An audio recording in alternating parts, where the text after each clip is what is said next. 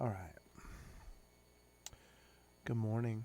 Mm, I know I'm here early because I can't make it on time. I keep a trying.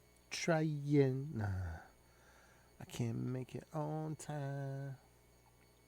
All right. Um,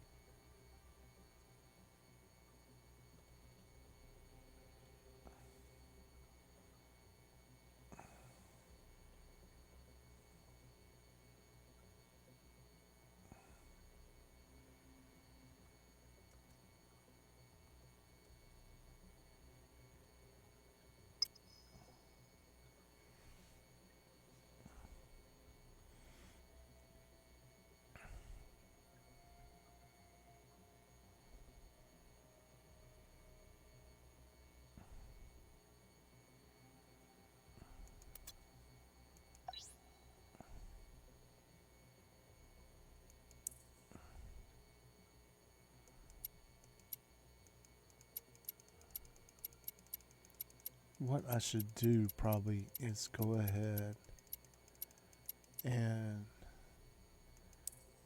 fill these back up. I don't like you with your nasty words.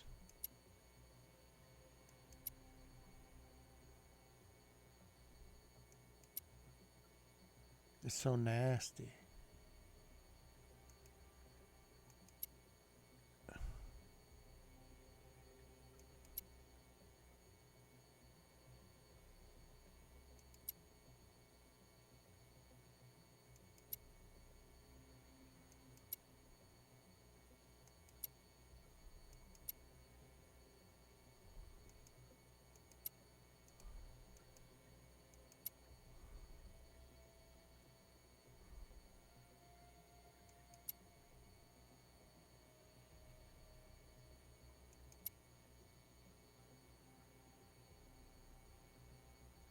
Player has hit friend limit. All right, let's see. Can I get a custom match or a team match?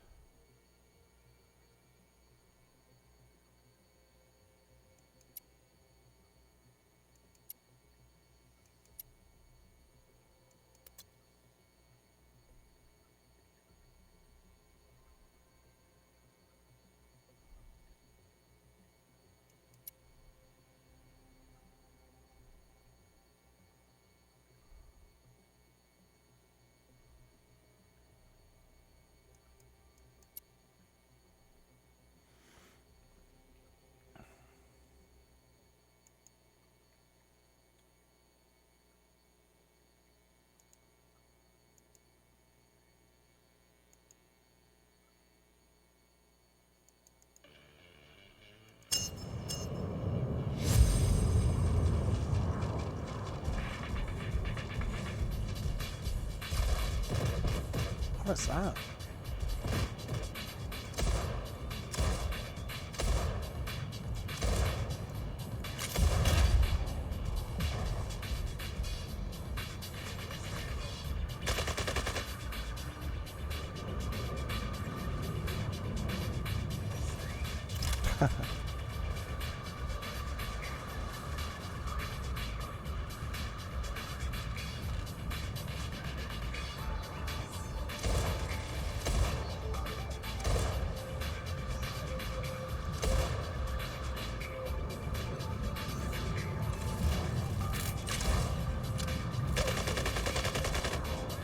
Yeah, these are better. Get some real people in there. Like a chicken.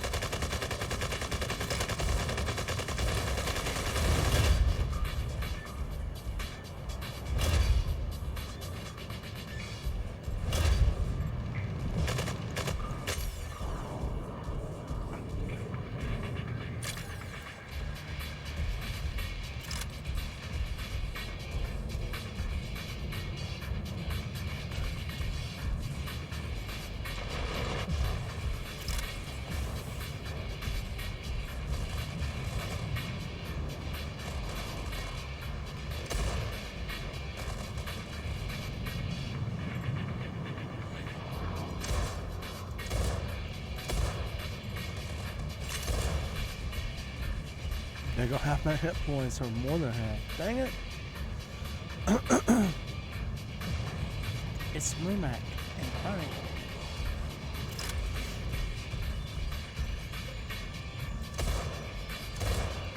Are you the Mumak? The original? The originality. Oh, you see me up here. Unloading your magazine. After I already jumped out the way. That's alright. I'm trying not to be hit.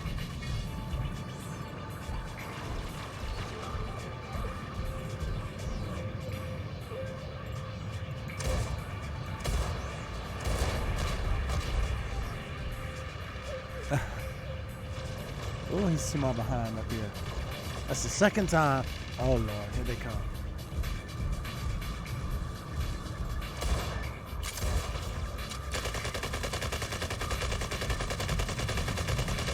Oh. A minigun. 117. Man, that is like hard to withstand. Get over here. Storm River. Behind me.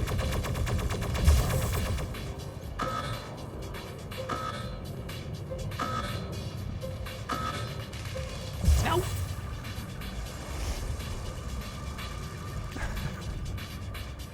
Ooh, that's awful.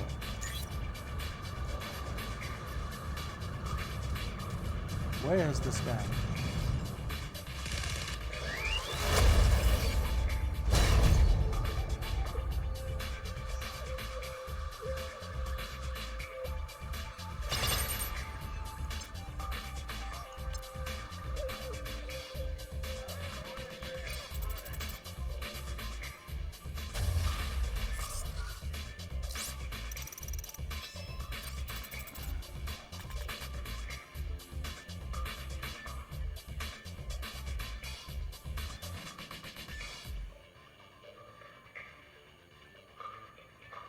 See, it seemed like, see, I add Mad Max, and then he got some heavy artillery, right?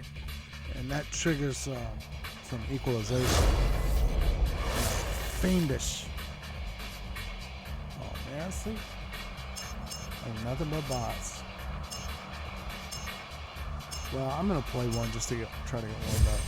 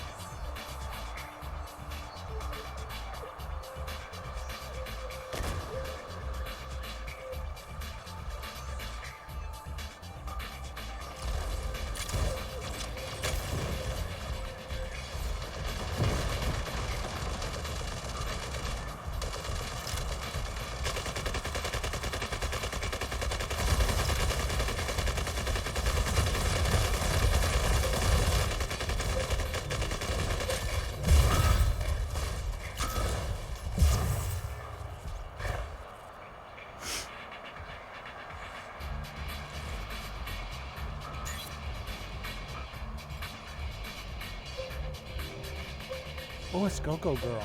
Hey, sweetie.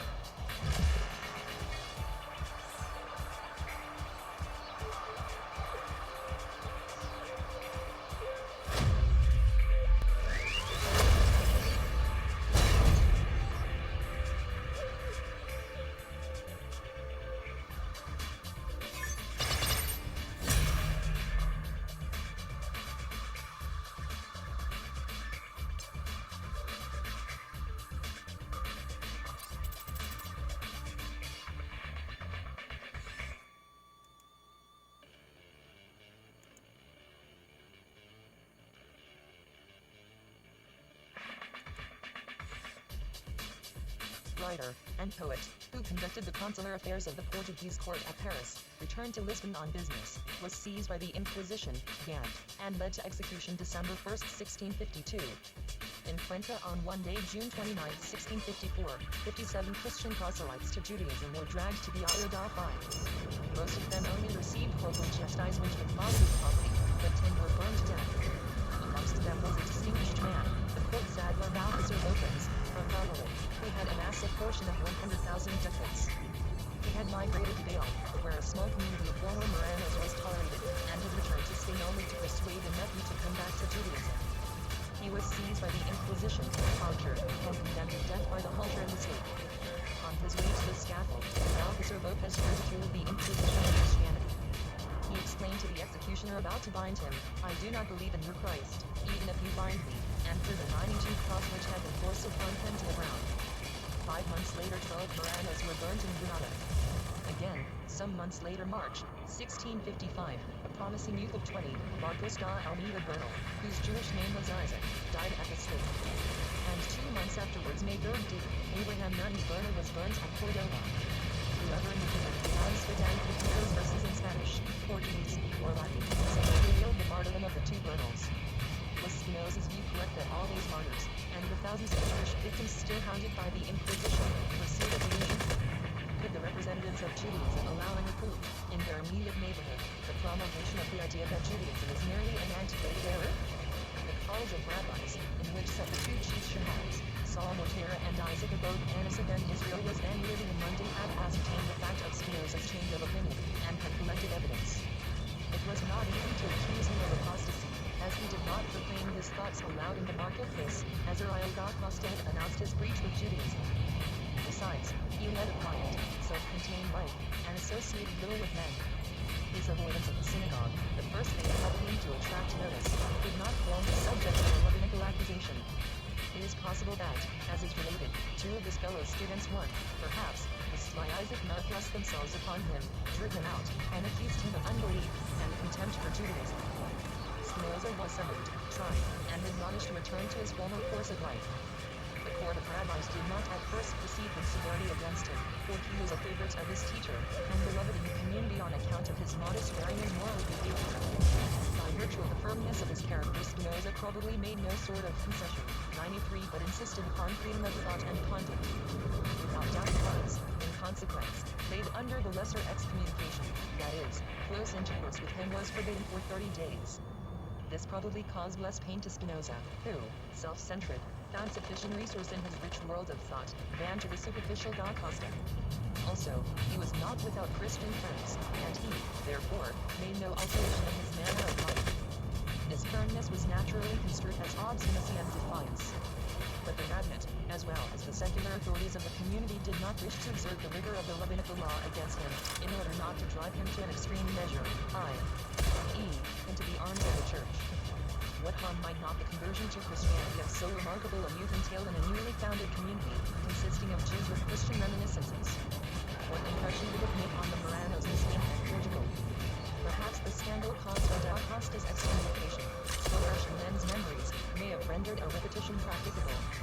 The rabbis, therefore, privately offered Spinoza, through his friends, a yearly pension of 1,000 gulden on condition that he take no hostile step against Judaism, and show himself from time to time in the synagogue. But Spinoza, though young, was of so determined a character, that money could not entice him to abandon his convictions or to act the hypocrite. He insisted that he would not give up freedom of inquiry and thought. He continued to impart to Jewish youths doctrines undermining Judaism. So the tension between him and the representatives of Judaism became daily greater. Both sides were right, or madly they were. A fanatic in Amsterdam thought that he could put an end to this breach by a dagger stroke aimed at the dangerous apostle. He waylaid Spinoza at the exit from the theater, and struck at the philosopher with 94 his murderous weapon. But the latter observed the hostile movement in time, and avoided the blow, so that only his coat was damaged. Spinoza left Amsterdam to avoid the danger of assassination, and betook himself to the house of a friend, likewise persecuted by the dominant Calvinist church, and adherent of the sect of the Rheinsbergens, or Collectants, who dwelt in a village between Amsterdam and Ouderkerk. Reconciliation between Spinoza and the synagogue was no longer to be thought of. The rabbis and the secular authorities of the community pronounced the greater excommunication upon him, proclaimed it in the court of Chambers on the Thursday, as 6th July 24, 1656, shortly before the fast in memory of the destruction of Jerusalem. The sentence was pronounced solemnly in the synagogue from the pulpit before the open ark. The sentence was as follows. The council has long had notice of the evil opinions and actions of Baruch Spinoza, and these are daily increasing in spite of efforts to reclaim him. In particular, he teaches men profane structural gossip, of which credible witnesses are present, who have made their depositions in presence of the accused. All this, they continued, had been proved in the presence of the elders, and the council had resolved to place him under the ban, and excommunicate him. The usual curses were pronounced upon him in presence of scholars of the law, and finally the council forbade anyone to have intercourse with him, verbally or by writing, to do him any service, to ride under the same roof with him, or to come within a space of fortuitous distance from him, or to read his writings. Contrary to wont, the ban against Spinoza was stringently enforced, to keep young people from his heresies. Spinoza was away from Amsterdam when the ban was hurled against him. He is said to have received the news with indifference, and to have remarked that he was now compelled to do what P95 would otherwise have done without compulsion. His philosophic nature, which loved solitude, could easily dispense with intercourse with relatives and former friends. But the matter did not end for him there. The representative body of the Portuguese community appealed to the municipal authorities to effect his perpetual banishment from Amsterdam. The magistrates referred the question, really a theological one, to the clergy, and the latter are said to have proposed his withdrawal from Amsterdam for some months. Most probably this procedure prompted him to elaborate a justificatory pamphlet to show the civil authorities that he was no violator or transgressor of the laws of the state, but that he had exercised his just rights, when he reflected on the religion of his forefathers and religion generally, and thought out new views. The chain of reasoning suggested to Spinoza in the preparation of his defense caused him doubtless to give wider extension and bearing to his question. It gave him the opportunity to treat of freedom of thought and inquiry generally, and so to lay the foundation of the first of his suggestive writings, which have conferred upon him literary immortality. In the village to which he had withdrawn, 1656-60, and later in Rheinsberg, where he also spent several years, 1660-64, Spinoza occupied himself while polishing linguistics, which handicraft he had known to secure his moderate subsistence in Carthaginian philosophy and the elaboration of the work entitled The Theology Populical Treatise. His prime object was to spread the conviction that freedom of thought can be permitted without prejudice or religion and the peace of God.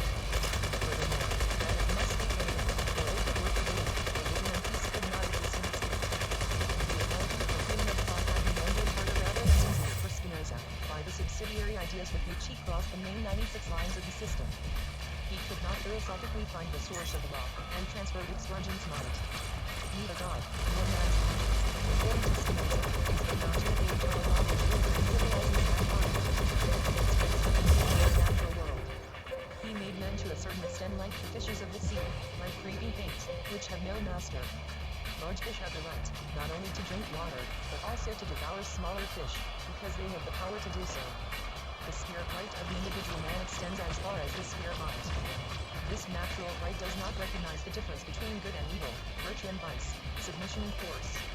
But because such a limited assertion on the part of each must lead to a perpetual state of war all against all, men have tacitly declared fear, or hope, or reason, given up their unlimited privileges to a collective body, the state.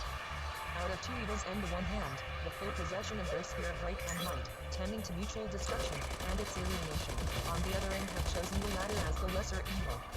The state, whether represented by a supreme authority elected for the purpose, such as the Dutch States General, or by a despot, is the full possessor of the rights of all, because of the power of all. Everyone is bound by his own interest to unconditional obedience, even if he should be commanded to deprive others of life. Resistance is not only punishable, but contrary to reason. This supreme power is not controlled by any law. Whether exercised by an individual, as in a monarchy, or by several, as in a republic, it is justified in doing everything, and can do no wrong. But the state has supreme right not merely over actions of a civil nature, but also over spiritual and religious views. It would not exist, if everyone had the liberty to attack it under the pretext of religion. The government alone has the right to control religious affairs, and 97 to define belief, unbelief, orthodoxy, and heresy. What a tyrannical conclusion. As this theory of Spinoza fails to recognize moral law, so it ignores steadfast fidelity. As soon as the government grows weak, it no longer has claim to obedience. Everyone may renounce and resist it, to submit himself to the incoming power. According to this theory of civil and religious despotism, no one may have an opinion about the laws of the state, otherwise he is a rebel. Spinoza's theory almost does away with freedom, even of thought and opinion.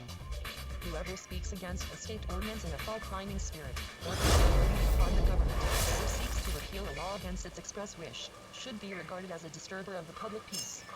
Only through a sophistical quibble was Spinoza able to save freedom of thought and free expression of opinion. Every man has this right by nature, the only one which he has not transferred to the state, because it is essentially inalienable. It must be conceded to everyone to think and judge in opposition to the opinion of the government, even to speak and teach, provided this be done with reason and reflection, without fraud, anger, or malice, and without the intention of causing a revolution. On this weak basis, supported by a few other secondary considerations, Spinoza justified his conflict with Judaism and his philosophical attacks upon the sacred writings recognized by the Dutch states. He thought that he had succeeded in justifying himself before the magistrates sufficiently by his defense of freedom of thought. In the formulation of this apology, it was apparent that he was not indifferent to the treatment which he had experienced from the College of Rabbis. Spinoza was so filled with displeasure, if not with hatred, of Jews and Judaism, that his otherwise clear judgment was biased. He, like Da Costa, called the rabbis nothing but Pharisees, 98 and imputed to them ambitious and degraded motives, while they wished only to secure their treasured beliefs against attacks.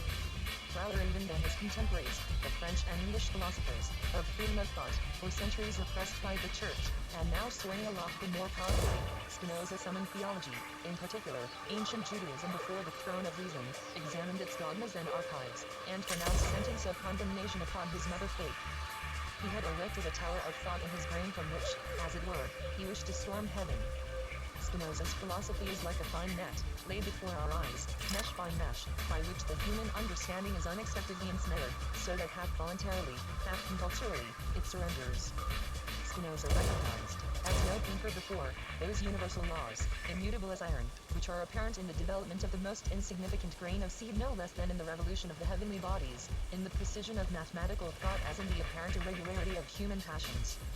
Whilst these laws work with constant uniformity, and produce the same causes and the same phenomena in endless succession, the instruments of law are perishable things, creatures of a day, which rise, and vanish to give place to others, their eternity, their temporality. On the one side necessity, on the other chance. Their reality, their delusive appearances. These and other enigmas Spinoza sought to solve with penetration that betrayed the self and time, from with logical effectiveness and masterly arrangement, for which Aristotle might have entered. The whole universe, all individual things, and their active powers are, according to Spinoza, not merely from God, but of God. They constitute the infinite succession of forms in which God reveals himself, through which he eternally works according 99 to his eternal nature and solely, as it were, of thinking bodies, the body of a soul extended in space. God is the indwelling, not the external efficient cause of all things. All is in God and moves in God. God as creator and generator of all things is generative or self-producing nature. The word nature generates, and ideas, as bodies, move in eternity all minds running parallel to or intersecting one another. Though the fullness of things which have proceeded from God and which exist in him are not of an eternal, but of a perishable nature, yet they are not limited or defined by chance, but by the necessity of the divine nature, each in its own way existing or acting within its smaller or larger sphere. The eternal and constant nature of God works in them through the eternal laws communicated to them. Therefore, not to be constituted otherwise than they are. For they are the manifestations, entering into existence in an eternal stream, of God and the intimate connection of God and extension. What is man's place in this logical system? How is he to act and work? Even he, with all his greatness and littleness, his strength and weakness, his heaven-aspiring mind, and his body subject to the need of sustenance, is nothing more than a form of existence modus of God. Man after man, generation after generation, springs up and perishes, flows away like a drop in a perpetual stream, but his nature, the laws by which he moves bodily and mentally in the peculiar connection of mind and matter, reflect the divine being. Especially the human mind, or rather the various modes of thought, the feelings and conceptions of all men, form the reason of God. But man is as little free as things, as the stone which rolls down from the mountain.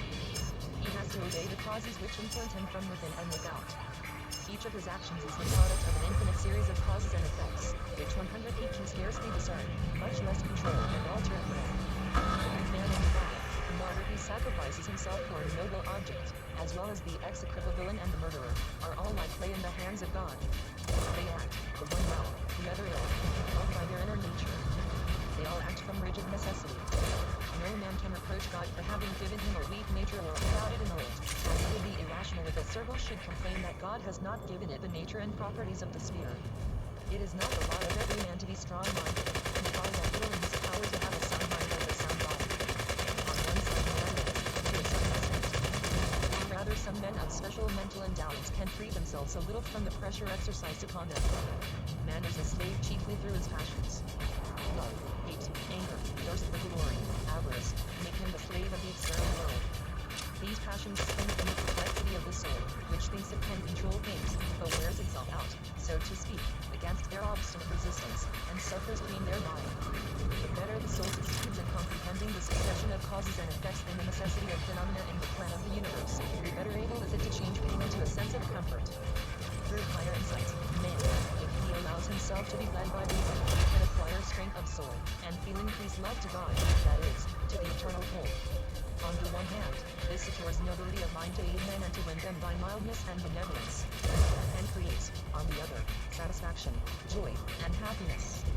He who is gifted with highest knowledge lives in God, and God in him. Knowledge is virtue, as ignorance is, to a certain extent, vice. Whilst the wise man, or strictly speaking, the philosopher, thanks to his higher intellect and his love of God, enjoys temporary soul, the man of proud humility, or the one who abandons himself to the madness of his passions, must dispense with this joyousness, and often perishes in consequence. The highest virtue, according to Spinoza's system, is self-renunciation with knowledge, keeping in a state of passiveness, coming as little as possible in contact with the crushing machinery of forces, voiding them if they come near, or submitting to them if their wild career overthrows the individual. But as he who is beset by desires to work in the way, so no praise is due the wise man who practices self-renunciation. Both follow the law of their nature. Higher knowledge and wisdom cannot be attained if the conditions are wanting, namely, a mind susceptible of knowledge and truth, which one can neither give himself, nor throw off. Man is thus no final aim, any more than the eternal substance. Spinoza's moral doctrines puts him in narrower sense just as fruitful as his political theories. In either case, he recognizes submission as the only rational course. With this concession of God and moral action, it cannot surprise us that Judaism found no favor in Spinoza's eyes.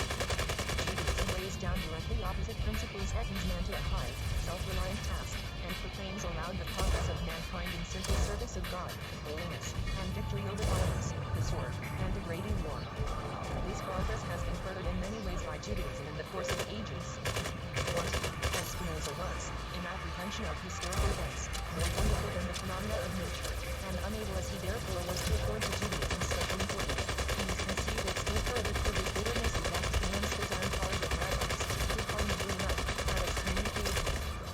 Spinoza transferred his bitterness against the community to the whole Jewish race and to Judaism. as has been already said, he called the rabbis 1 or 2 Pharisees in his theology-political treatise and in letters to his friends, and gave the most invidious meaning to this word. To Christianity, on the contrary, Spinoza conceded great extensions. He regarded Judaism with displeasure, therefore, detected deficiencies and decided everywhere, while he cast a cold eye upon Christianity, and overlooked its weaknesses. Spinoza, therefore, with all the instinct for truth which characterized him, formed a conception of Judaism which, in some degree just, was, in many points, perverse and defective. Clear as his mind was in metaphysical inquiries, it was dark and confused on historical ground.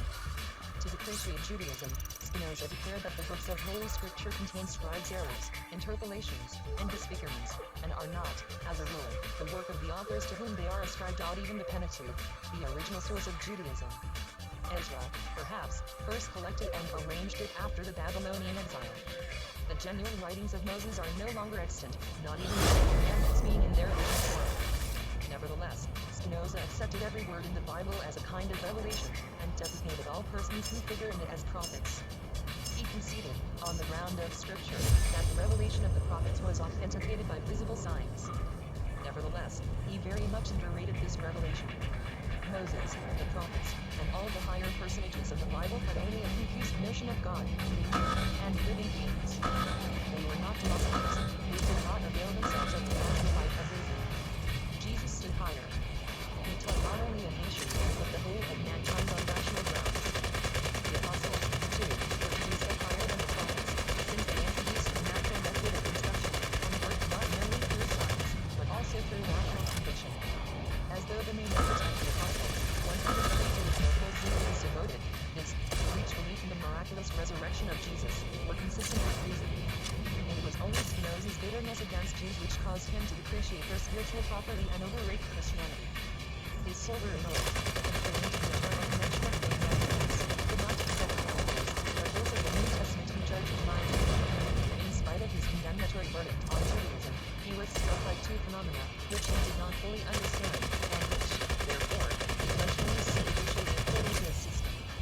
These were the moral greatness of the prophets, and the superiority of the Israelite state, which in a measure depend on each other.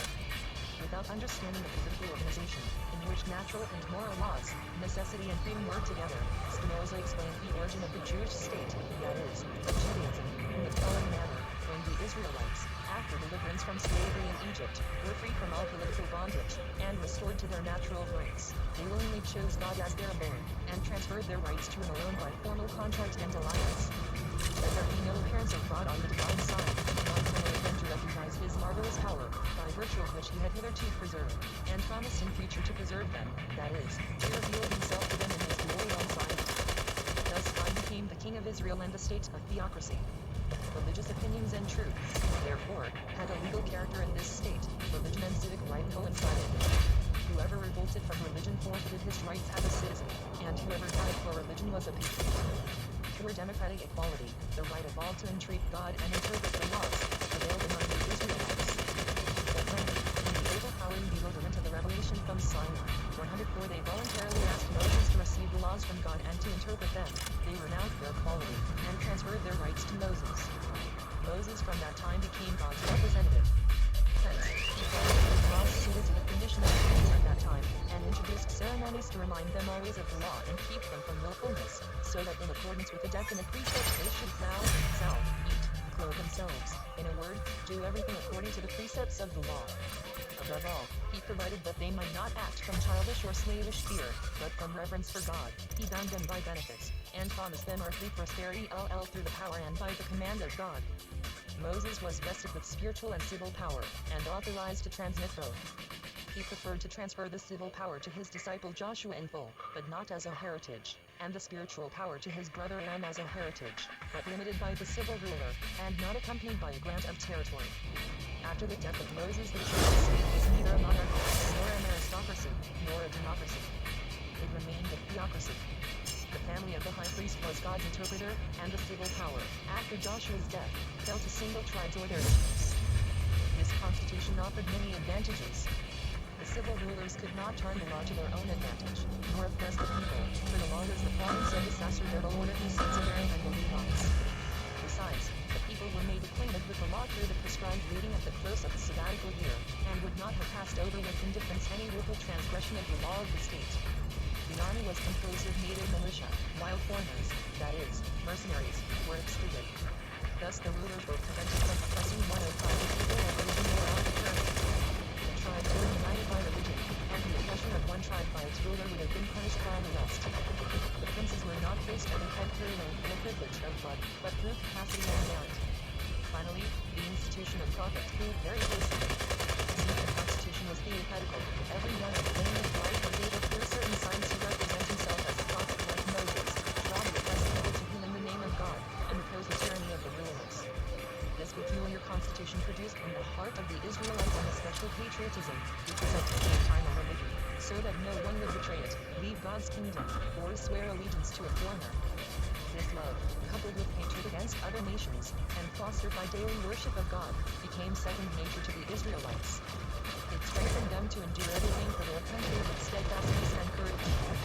This constitution offered a further advantage, because the land was equally divided, and no one could be permitted to be deprived of his portion through poverty, as restitution must be made in the year of Jubilee.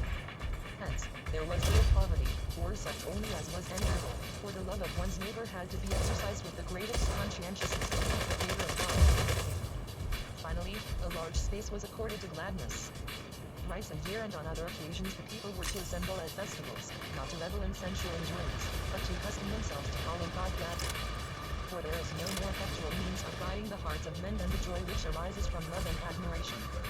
After Spinoza had depicted Israel's theocracy quite as a pattern for all states, he was apparently startled at having imparted so much light to the 106 picture, and he looked around for shade.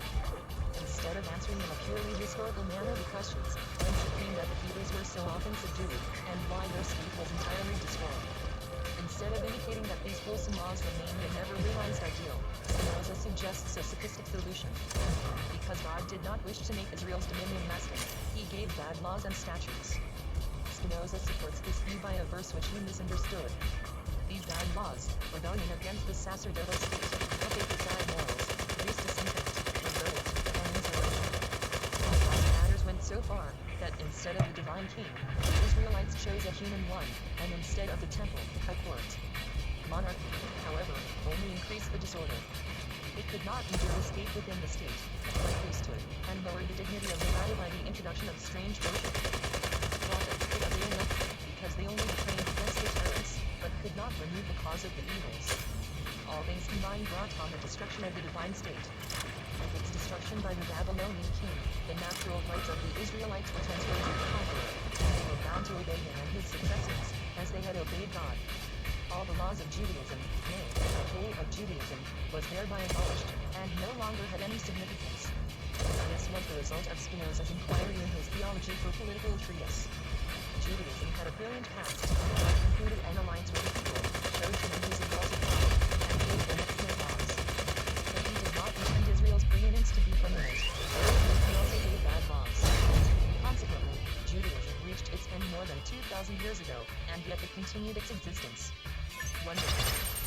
Spinoza found the history of Israel and the constitution of the state 107 explained during the barbarism of the period of the Judges, while the brilliant epics of David and Solomon and of King Uzziah remained inexplicable to him. And, above all, the era of the Second Temple, the Maccabean epoch, when the Jewish nation rose from shameful degradation to a brilliant height, and brought the heathen world itself to worship the one God and adopt a moral life, remained to Spinoza an insoluble riddle. This shows that his whole demonstration and his analysis schematism cannot stand the test of criticism, but rests on false assumptions. Spinoza might have brought Judaism into extreme peril. He not only furnished its opponents with the weapons of reason to combat Judaism more effectually, but also conceded to every state and magistrate the right to suppress it and use force against its followers, to which they ought meekly to submit. The funeral piles of the Inquisition for Marana were, according to Spinoza's system, doubly justified. Citizens have no right on rational grounds to resist the recognized religion of the state, and it is folly to profess Judaism and to sacrifice oneself for it. But a peculiar trait of Spinoza's character stood Judaism in good stead. He loved peace and quiet too well to become a propagandist for his critical principles. To be peaceful and peaceful was his ideal. Avoidance of conflict and opposition was at once his strength and his weakness. To his mind's end he led an ideally philosophical life. For food, clothing, and shelter. He needed only so much as he could earn with his handicraft of polishing lenses, which his friends disposed him. He struggled against accepting a pension, customarily bestowed on learned men at that time, even from his sincere and rich admirers, silent only from the grand pensioner David, that he might not fall into scandals, and disquiet. By reason of this invincible desire for philosophical knowledge being considered, he would 108 not to sign in favor of either of the political parties, then setting the States General in feverish agitation. Not even the exciting murder of his friend John DeWitt was able to hurry him into partisanship. Spinoza hailed his high and noble friend, but did not defend his honor, suspicion. And the most highly cultivated German prince of his time, Count Palatine Karl Ludwig, who cherished a certain affection for Jews, offered him, the Protestant Jew, as he was still called, chair of philosophy in the University of Heidelberg under very favorable conditions. Spinoza declined the offer. He did not conceal his reason, he did not surrender his care to. From this predominant tendency, or, rather, from fear of disturbance and inconveniences and from apprehension of calling enemies down upon him, or leading to the state, he refused to publish his speculations for a long time. When at last he resolved, on the pressure of friends, to send the theology of biblical treatise to press, he did not put his name to the work, which made an epoch in literature, and even caused a false place of publication. This, remember, to be printed on the title page, in order to obliterate every trace of its real authorship. He almost denied the gospel, to avoid being disturbed. As my friend will see, the appearance of the theology of biblical treatise 16 is so distinctly and inextricably concerning the relation of religion to philosophy and the power of the state, and, above all, had so sharply condemned the clergy. The ministers of all denominations were extraordinarily excited against this doggerless book, as it was called, which disparaged revealed religion. Spinoza's influential friends were not able to protect it. It was condemned by a decree of the States General, and forbidden to be sold, which only caused it to be read more eagerly. But Spinoza was the more 109 reluctant to publish his own writings, especially his philosophical system. With all his strength of character, he did not belong to those bold spirits, who undertake to be the pioneers of truth, who usher it into the world with loud voice, and eminent appearance, unconcerned as to whether they may have to endure bloody or bloodless martyrdom. In the unselfishness of Spinoza's character and system there lurked an element of selfishness, namely, the desire to be disturbed as little as possible in the attainment of knowledge, in the happiness of contemplation, and in reflection upon the universe and the chain of causes and effects which prevail in it. A challenge to action, effort, and resistance to opposition lay neither in Spinoza's temper, nor in his philosophy.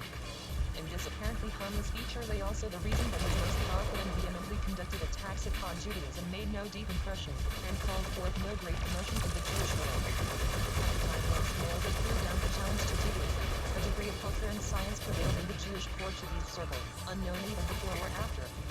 There reigned in the community of Amsterdam in the times a literary activity and activity, which might be called classical, if the merit of the literary productions had corresponded with their compass. The authors were chiefly cultivated Moranos, who had escaped from the Spanish or Portuguese prisons of the Inquisition to devote themselves in free fall into their faith and free inquiry. There were philosophers, physicians, mathematicians, philologists, even poetesses. Many of these Moranos who escaped to Amsterdam had gone through peculiar vicissitudes. Among the Valencians, 1601 to 1684, had an eminent theology. He had been made confessor to the Infanta Maria, afterwards Empress of Germany and the persecutor 110 of the Jews. One day the confessor fled from Spain, reached Amsterdam, declared himself as Isaac de Rocamora, studied medicine at the age of 40, and became the happy father of a family and president of Jewish benevolent institutions. The quondam monk, afterwards Parnas president of the community, was also a good poet, and wrote admirable Spanish and Latin verses. Enrique Enriquez de Paz of Segovia 1600 to 1660, the Jewish Calderon, had a very different career. Having entered the army while young, he behaved so gallantly that he won the Order of San Miguel, and was made captain. Besides the sword, he wielded the pen, which he described common figures and situations. Enriquez de Paz, or, as he was styled in his poetical capacity, Antonio Enriquez de Villas, composed more than 22 comedies, some of which were put upon the stage at Madrid, and, being taken for Calderon's productions, were received with much applause. Neither Mars nor the Muses succeeded in protecting him against the Inquisition. He could escape and clutches only by rapid flight. He was a long time in Paris. His prolific muse celebrated Louis XIV, the Queen of France, and high personages of the court. He bewailed in elegies his misfortunes and the loss of his country, which he loved like a son. himself unhappy in the rude war, far from the blue mountains and mild Arab state. He lamented, I have won for myself wealth and traveled over many seas, and heaped up ever fresh treasures by thousands. Now my hair is bleached, my beard as snowy white as my silver bars, for the word of my labors. He lived in France, too, as a Christian, but proclaimed his sympathy with Judaism by mourning in elegiac verses the martyrdom of Motivera by 111 Alarcon. Finally he settled down in the asylum of the Marranos, whilst his effigy was burnt on the funeral pyre at Bill. There had been again a great auto da by 1660, of 16 Marranos, whom they were first strangled and then burned to the vows of 3 were burned alive. And the 16 Marranos were led along in procession, and rode to the plains most of that of the noble San Miguel, the writer of Chronicles. A new Christian, who was present, killed us and soon after escaped to Amsterdam, met Gomez in the street, and exclaimed excitedly, Ah, Senor Gomez, I saw your effigy burned on the funeral pile at Seville. Well, he replied, they are welcome to it. Along with his numerous secular poems, Enriquez Gomez left one of Jewish national interest in celebration of the hero Judge Samson. The laurels which the older Spanish poet Miguel Silvera, also a Marrano, whom he admired, had won by his epic, the Maccabee, honored him until he had brought out a companion piece. To the blind hero who avenged himself on the Philistines by his very death, Gomez assigned verses which expressed his own heart. I die for thy holy word, for thy religion, for thy doctrine, thy hallowed commandments, for the nation adopted by thy choice, for thy sublime ordinance I die. Another poem he was presented by 2 eminent Marranos of this period, Father Anselm, the 2 Pinsos, the one rich in possessions and charity, the other in political gifts. They probably sprang from Estado, in the province of Córdoba, escaped from the fury of the Inquisition, and at last settled, after many changes of residence, as Jews in Amsterdam. Isaac Pinso died 1683, the elder, a banker, was a father to the poor. He spent a tithe of the income from his property on the poor, and distributed, up to his death, 40,000 gold. His 112 deceased aroused deep regret in the community of Amsterdam. His son Felice Joseph Pinso, also called de la Vega from his mother's family 1650 to 1703, was a rich merchant, and turned his attention to poetry. A youth of 17, he awoke a long sombrero of neo-Hebraic poesy, and caused it to strike its highest note. Joseph Pinso boldly undertook a most difficult task. He composed a Hebrew drama. Since Emmanuel Romy had written his witty tales in verse, the neo-Hebraic muse had been stricken with sterility, for which the increasing troubles of the times were not alone to blame. Moses reading in the poetic school of Salonica composed verses, but did not write poetry. Even the greatest of Jewish poets, Jebrel and Yehuda Levi, had produced only lyric and didactic poetry, and now thought of the drama. Joseph Pinso, inspired by the political Arab Spain, the Rome of Revolt, trembled with Davis and Calderon's melodious verses rendered the side litany of the monks and the cry of the sacrificial victims, transferred Spanish art forms to neo-Arabic poetry. Pinso began to imitate the various kinds of meter and strophe of European poetry in the language of David and Isaiah. One may not, indeed, apply a severe standard to Joseph Pinso's drama, but should endeavor to forget that long before him Shakespeare had created lifelike forms and interests. For, measured by these, Pinso's dramatic monologue and dialogue seem puerile. However free from blame his versification is, the invention is poor, the ideas commonplace. A king who takes a serious view of his responsibilities as ruler is led astray, now by his own impulses Yezer, now by a coquettisha, now by Satan. 3 other opposing forces endeavor to lead him in the right way: his own judgment Secular, divine inspiration and M113 angel. These are the characters in Pinso's drama Patches of Hope, a series hot Tiktok.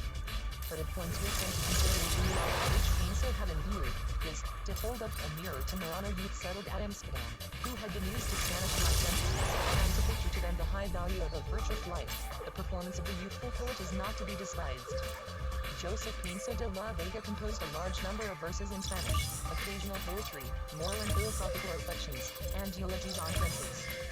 His novels, entitled The Dangerous Forces Los Rumbos Peligrosos, were popular. Marrano poets of mediocre ability were so numerous at this time in Amsterdam, that one of them, the Spanish resident in the Netherlands, Manuel Belmani Isaac Nunes, appointed Count Palatine, founded an Academy of Poetry. Poetical works were to be handed in, and as judges he appointed the former confessor, de Ricamora, and another Marrano, who composed Latin verses, Isaac Gomez de Sosa. The latter was so much enraptured of Pinso's Hebrew drama, that he triumphantly proclaimed, in Latin verse, "Now is it at length attained. The Hebrew youth strides along on fine heels busking safe and sound. with the measured step of poetry she is conducted auspiciously by Joseph Young from that race which still is mostly in captivity. Lo! A clear beam of hope shines afresh, that now even the stage may be open to sacred song. Yet why do I praise him? The poet is celebrated by his own poetry, and his own work proclaims the praise of the master. Another of the friends of the Jewish dramatist was Nicholas de Oliver, wife Elena Daniel Jehuda, poet, and colonel in the Spanish service. He was knighted, entered the service of Holland, and was an accurate cartographer and cosmographer. There was also Joseph Schumack Samarias, a man of high military rank, who translated into Spanish the work of the historian Josephus against Apion, which controverted the old prejudices and falsehoods 114 against Jews. This polemic was not superfluous even at this time. Of the Jewish Marano poetesses, it will suffice to name the fair and gifted Victoria Rebecca, who twined a wreath of various poems, and translated the Italian popular drama, The True Shepherd Pastor Fido, by Guarini into beautiful Spanish verse. Isabel was the second wife of the poet warrior, de Oliver wife Elena. Of a far different stamp was the Marano Thomas de Pineda Isaac, 1614 to 1679, of Portugal, educated in a Jesuit college at Madrid. He was more at home in classical than in Jewish antiquity, and applied himself to a branch of study little cultivated in Spain in his time, that of ancient geography. He, too, was driven out of Spain by the Inquisition, and deemed himself fortunate to have escaped unhurt. The philologist de Pinedo dwelt later on in Amsterdam, where he printed his comprehensive work. He composed his own epitaph in Latin. We must not leave unmentioned the personage celebrated at that time perhaps beyond himself, Jacob Gabriel Leon Templo, 1603 to 1671. If not a Marano, he was of Marano descent, and resided first at Middelburg, then at Amsterdam, and was more an artist than a man of science. Leon devoted himself to a reproduction of the first temple and its vessels, as they are described in the Bible and the Talmud. He executed a model of the temple on a reduced scale 3 yards square, 1 1/2 in height, and added a concise, clear description in Spanish and Hebrew.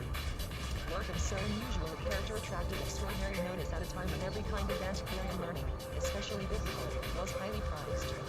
The government of Holland and Zealand gave the author the copyright privilege.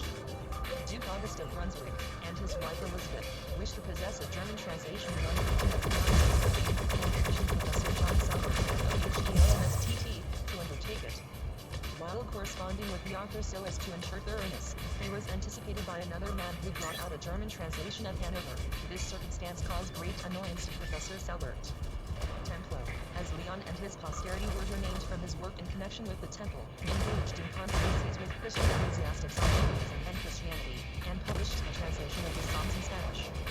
In this cultivated circle of Spinoza's contemporaries were two men who lived alternately at Hamburg and Dresden, David Fonseca and Dionysius Musafia, both distinguished as philologists, but not from much of science. With their knowledge of Latin and Greek they explained the dialect of the Talmud, and corrected errors which had crept into the earlier Talmudic renaissance. David de Lara 1610 to 1674 was also a preacher and writer on morals. His efforts in that direction are of small value. He associated too much with the Hamburg preacher, Joseph Stalin, who was bent on the conversion of the Jews. The latter spread the false report that de Lara was almost a Christian before he died. Dionysius Benjamin Musafia, born about 1616, died at Amsterdam, 1676, a physician and student of natural science, was up to the date of the monarch's death in the service of the Danish king Christian IV. He was also a philosopher, and allowed himself to question various things in the Talmud and the Bible. Nevertheless, he held the office of rabbi at Amsterdam in his old age. Much more important than the whole of his circle was Balthasar Orobio de Castro 1620 to 1687. He also sprang from Marano parents, who secretly participated into Judaism, in that they abstained from food and drink on the Day of Atonement. In this meager conception of Judaism, Orobio was 116 brought up. Without a clear intellect, he studied the degree in antiquated philosophy still taught in Spanish academies, and became professor of metaphysics in the University of Salamanca. This fossilized philosophy appears neither to have satisfied him nor to have brought him sufficient means of subsistence, for he applied himself in riper years to the study of medicine. In this pursuit Orobio was more successful. He gained a reputation at Seville, was physician to the Duke of Medinaceli, and to a family in high favor with the court, and amassed considerable wealth. He was a happy husband and father, when the Inquisition cast its baleful glance upon him. A servant, whom he had punished for theft, had informed against him. Orobio was seized, accused of Judaism, and thrown into a narrow, gloomy dungeon, where he had not room to move, and where he spent the years about 1655 to 1658. At first he filled up his time with philosophical subtleties, as pursued at the Spanish universities. He undertook to defend a thesis, acting at the same time in imagination as the opponent, who interposes objections, and as the judge, who sums up and sifts the arguments. By degrees his mind grew so perplexed that he often asked himself, am I really Don Balthasar Orovio, who went about in the streets of Seville, and lived in comfort with his family? His past seemed a dream, and he believed that he had been born in prison, and must die there. But the tribunal of the Inquisition brought a change into his empty vain life. He was ushered into a dark vault, lighted only by a dead lamp. He could hardly distinguish the judge, the secretary, and the executioner, who were about to deal with his case. Having been again admonished to confess his heresy, and having again denied it, the hangman undressed him, bound him with cords, which were fastened close in the wall, brought his body into a swinging 117 movement between the ceiling and the floor, and threw the cord so tight, that the blood spurted from his nails. His feet, moreover, were strongly bound to a small ladder, the steps of which were studded with spikes. Whilst being tortured, he was frequently admonished to make confession, and was threatened, in case he persisted in denial, with the infliction of still more horrible pains, for which, though they caused his death, he would have to thank his own obstinacy, not the tribunal. However, he survived the torture, was taken back to prison to allow his wounds to heal, then condemned to wear the garb of San Benito, and was finally banished from Spain. He betook himself to Toulouse, where he became professor of medicine in the university. Although resented in his new position, Orovio could not long endure the hypocrisy. He went to Amsterdam, but did profess the Jewish religion, and assumed the name of Isaac around 1666. No wonder that he became a bitter opponent of Christianity, which he had learned to know thoroughly. He became an adherent of Judaism from conviction, proved himself a courageous and able champion of the religion of his fathers, and dealt such powerful blows to Christianity as came before him, so that a distinguished Protestant theologian Daniel George felt compelled to reply to Orovio's attacks. All those cultivated youths and men, the Silver Phillips and Nicholas Mendes, Nicholas de Oliver Wycliffe, and Joseph Arias, and the writers Joseph Jameson, Thomas Crispin, Jacob Leon, David Villar, and Dionysius Missapia, knew of Spinoza's attacks upon Judaism, and undoubtedly read his theologico-political treatise. Isaac Orovio associated with Spinoza. Yet the blows by which the latter strove to shake Judaism did not cause the former to waver in their convictions.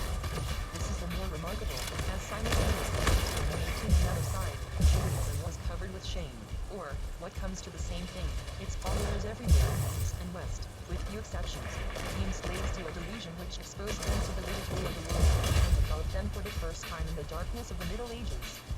Without suspecting it, Spinoza possessed in Greece and Law, diametrically the opposite. He labored to disintegrate Judaism, and succeeded in throwing the whole Jewish race into a turmoil, which Shaw interfered with his cause.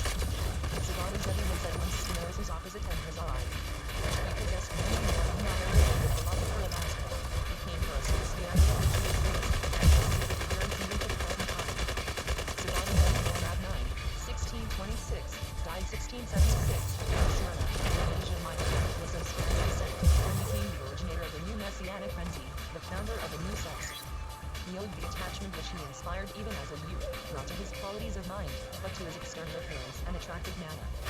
He was tall, well-formed, and well-haired, a fine beard, and a pleasant voice, which won hearts by speech and still more by song. But his mind was befogged by reason of the predominance of fancy. He had an enthusiastic temperament and an inclination to what was strange, especially to solitude. In boyhood Sabata Zevi avoided the company and games of playmates, sought solitary places, and what usually has charms for the young did not attract him. He was educated by the current method. In early youth he studied the Talmud in the school of the veteran Joseph Escapa, a staunch Talmudist of Smyrna, but did not attain to great proficiency. The more was he attracted by the confused jumble of the Kabbalah. Once introduced into the labyrinth of the Zohar, he felt himself at home therein, guided by Luria's interpretation. Sabata Zevi shared the 19 prevailing opinions that Kabbalah can be acquired only by means of asceticism. He mortified his body, and bathed very frequently in the sea, day and night, winter and summer. Perhaps it was from sea bathing that his body derived the peculiar fragrance which his worshippers strongly maintained that it possessed. In early manhood he presented a contrast to his companions because he felt no attraction to the female sex. According to custom Sabata Zevi married early, but avoided his young, good-looking wife so pertinaciously, that she applied for divorce, which he only granted her. The same thing happened with a second wife. This aversion to marriage, where in the warm climate of the East, His assiduous study of the Kabbalah and his ascetic life attracted attention. Disciples sought him and were introduced by him to the Kabbalah. 20 years old, he was the master of a small circle. He attached disciples to himself partly by his earnest and retiring manner, which precluded familiarity, partly by his musical voice, with which he sang in Spanish the Kabbalistic verses composed by Loya or himself. Another circumstance must be added. When Sultan Ibrahim ascended the throne, a violent war broke out between Turkey and Venice, which made the trade of the Levant unsafe in the capital. Several European, that is, Dutch and English, mercantile houses in consequence transferred their offices to Smyrna. This hitherto insignificant city thereby acquired importance as a mart. The Jews of Smyrna, who had been poor, profited by this commercial development, and amassed great riches, first as agents of large houses, afterwards as independent firms. Mordecai Zevi, Sabata's father, from the Morea, originally poor, became the Smyrna agent of an English house, executed its commissions with strict honesty, enjoyed the confidence of the principals, and became a wealthy man. His increasing prosperity 120 was attributed by the blind father to the merit of his Kabbalah-loving son, to whom he paid such great reverence, that it was communicated to strangers. Sabata was regarded as a young saint. The more discreet, on account of his folly, declared him to be mad. In the house of his English principal, Mordecai Zevi often heard the approach of the millennium discussed, either he himself or some of his people being enthusiastic believers in the apocalypse of the Fifth Monarchy. The year 1666 was designated by these enthusiasts as the Messianic year, which was to bring renewed splendor to the Jews and see their return to Jerusalem. The exhortations heard in the English counting house were communicated by Mordecai Zevi to the members of his family, none of whom listened more attentively than Sabata, already entangled in the maze of the learning Kabbalah, and inclined to mistake enthusiastic hopes for prosaic fact. What if he himself were called upon to usher in this time of redemption? Had he not, at an earlier age than anyone before, penetrated to the heart of the Kabbalah? And who could be more worthy of his call than one deeply immersed in its mysteries? The central point of the later Kabbalah was most intense exhortation of the Messiah. Maria, Idol, and their disciples and followers proclaimed anew, the kingdom of heaven is at hand. A peculiar redemption was to precede and accompany the redemption of the scattered element of the original soul Mezuzah from the fetters of original evil, the demon-natured Kelapha, which, taking a hold on men through the fall of the angels or divine elements, held them in captivity, impeded their upward flight, and necessitated the perpetual transmigration of souls from body to body. As soon as the evil spirit was either consumed, annihilated, rendered powerless, or at least existed by itself without admixture of the divine, then the Kabbalistic 121 order Olam Ha-Tikkun would prevail. Streams of mercy would pour forth without let or hindrance upon the lower world through the channels of the Sivir, and fructify and miraculously quicken it. This work of redemption can be accomplished by every truly pious man Tzaddik, who having an enlightened soul, and being initiated into the Kabbalah, stands in close union with the world of spirits, comprehends the connection between the upper and lower world, and fulfills all religious exercises spirit with concentrated devotion and with due regard to their influence upon the higher powers. Still more effectually the Messiah, the son of David, will accomplish the annihilation of demoniacal powers and the restoration of lost souls, or rather the collection of the scattered elements of the universal soul of Adam.